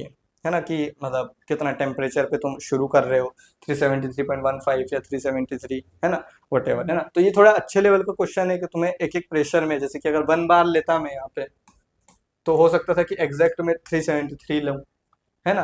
1 बार से थोड़ा मैंने इंक्रीज कर दिया, थोड़ा ज्यादा लिया। अब देखो यार निकालने में तो वैसे भी निकाला जा सकता है कि पीवी इज इक्वल टू तुम एनआरटी लगाओ, है ना, और तुम बाकी सबको कांस्टेंट मान लो। बाकी सबको कांस्टेंट मान लोगे तुम्हारा पी बाई टी का रेशियो सेम रहेगा, तो पी बाई टी का रेशियो सेम तुम पी वन और यहाँ पे टी वन, यहाँ पे पी टू और यहाँ पे टी टू लो, और उसके बाद क्या बोलते हैं कि बार वगैरह सब्सटीट्यूट करो कि यहाँ पे 1 बार सब्सटीट्यूट किया, यहाँ पे तुमने 1.013 बार सब्सटीट्यूट किया, फिर यहाँ पे 373 आया और यहाँ पे टी टू की तुम्हें वैल्यू निकालनी है, फिर तुम्हें वहां से मिले 373.15। वो सारी चीजें तुम कर सकते हो, लेकिन दैट्स नॉट रिक्वायर्ड, राइट। मतलब अगर उस वे में जाएंगे तो हो सकता है अपने पास 373.15 वैल्यू मिल जाए, है ना। लेकिन अभी के लिए अपन सिंपल रखते हैं ना, इसको उतना एडवांस तक नहीं ले जाते हैं। मेन इसमें इस पर्टिकुलर क्वेश्चन से अपना समझने का मकसद बस इतना ही है कि यार अगर तुमसे टेम्परेचर पूछा गया है कि इस पे बॉयल शुरू होगा, तो सिंपल होता है initial temperature plus final temperature. तो इनिशियल टेम्परेचर तुम 100 डिग्री सेल्सियस ही अज्यूम करो, है ना। अगर उसमें कुछ ऐसा एडवांस प्रॉब्लम आता है तो तुम फिर जो मैंने मेथड बताया कि P1 बाई क्या बोलते हैं, हाँ, P1/T1 is equal to P2/T2 वैसे करके तुम अज्यूम कर सकते हो। लेकिन ये 11th का कॉन्सेप्ट है, PV is equal to NRT gas acid 11th का कॉन्सेप्ट है। तो ये particular question 11th plus 12th दोनों को मिला के बनाया गया है ना। तुम्हारे सिलेबस में 11th है ही नहीं, तो उतना एडवांस मोस्ट प्रोबेबली नहीं आएगा, राइट। नेक्स्ट चीज और क्या क्या सीखा अपन ने इसमें, बाकी ये एनोड वगैरह ये थ्योरेटिकल क्वेश्चन था, ठीक है, ये वाला समझा। बाकी अपन ने ये कैलकुलेट करना सीखा, ये थोड़ा अच्छा लेवल का क्वेश्चन था कि यार rate of appearance is equal to rate of disappearance होगा, और स्ट्राइक्योमेट्रिक कोएफिशिएंट का क्या यूज है वो चीज भी देखिए अपन ने, क्या डिवाइड बाई 2 और डिवाइड बाई 4 करके वैसे कुछ निकालते हैं। तो वैसे ही अपन ने बहुत सारी चीजें इसमें सीखी है ना। मेन मोटिव तुम्हारा इस पूरे लेक्चर से ये होना चाहिए कि जैसे जैसे अपन ने क्वेश्चन को सॉल्व किया, ठीक है, यहाँ पे मैंने भी तुम्हारे सामने क्वेश्चन सॉल्व किया, मैंने भी क्वेश्चन देखा, मेरे दिमाग में जो जो चीजें आई कि यार ठीक है यार अपने को ये गिवन है, ये कर सकते हैं, ये गिवन है, ये कर सकते हैं। अगर कुछ गलत हो रहा है तो यार गलत क्यों हो रहा है, जैसे कि एक अपन ने कैलकुलेशन मिस्टेक भी देखी थी ना कि यार यहाँ पे कैलकुलेशन गलत हुई है, तो वो समझ रहे थे कि अपन क्या क्यों गलत हुआ, अपन ने ऑप्शन मैच किया, नहीं सही हुआ, फिर से ट्राई किया, सही हो गया, है ना। तो यार ये अपने को एक मोमेंटम बनाना है कि एग्जाम में भी अगर कोई चीज गलत हो रही है या अगर कोई चीज सही हो रही है ना, जो भी अगर सही हो रहा है तो मार्क करके चले जाएंगे, अगर गलत हो रही है तो ज्यादा टाइम वेस्ट मत करो। देखो अगर कैलकुलेशन में तुम मिस्टेक निकाल पा रहे हो तो ठीक है, सही कर दो, नहीं है आगे बढ़ जाओ, मार्क कर लो कि अगर मेरे पास टाइम बचा तो मैं फिर से उस क्वेश्चन पे रिविजिट कर लूंगा, ठीक है ना। तो थोड़ा टाइम का मैनेजमेंट रखना, क्योंकि यार एनसेट में बहुत सारे क्वेश्चन आते हैं, है ना। तो जितने क्वेश्चन से सारे पढ़ो, अच्छे से अटेम्प्ट करो और सही करने की कोशिश करो, ठीक है। तो यार अभी के लिए इस पर्टिकुलर लेक्चर में इतना ही, है ना। अपन ने बहुत सारे क्वेश्चन सॉल्व कर लिए, बहुत सारे कॉन्सेप्ट्स रिवाइज कर लिए, है ना। ऐसे ही अपन इनऑर्गेनिक वगैरह के भी क्वेश्चंस वगैरह रिवाइज करेंगे, कॉन्सेप्ट्स रिवाइज करेंगे और आगे पढ़ेंगे, ठीक है। तो अभी के लिए इतना ही, bye bye guys, thanks for watching, stay tuned, bye.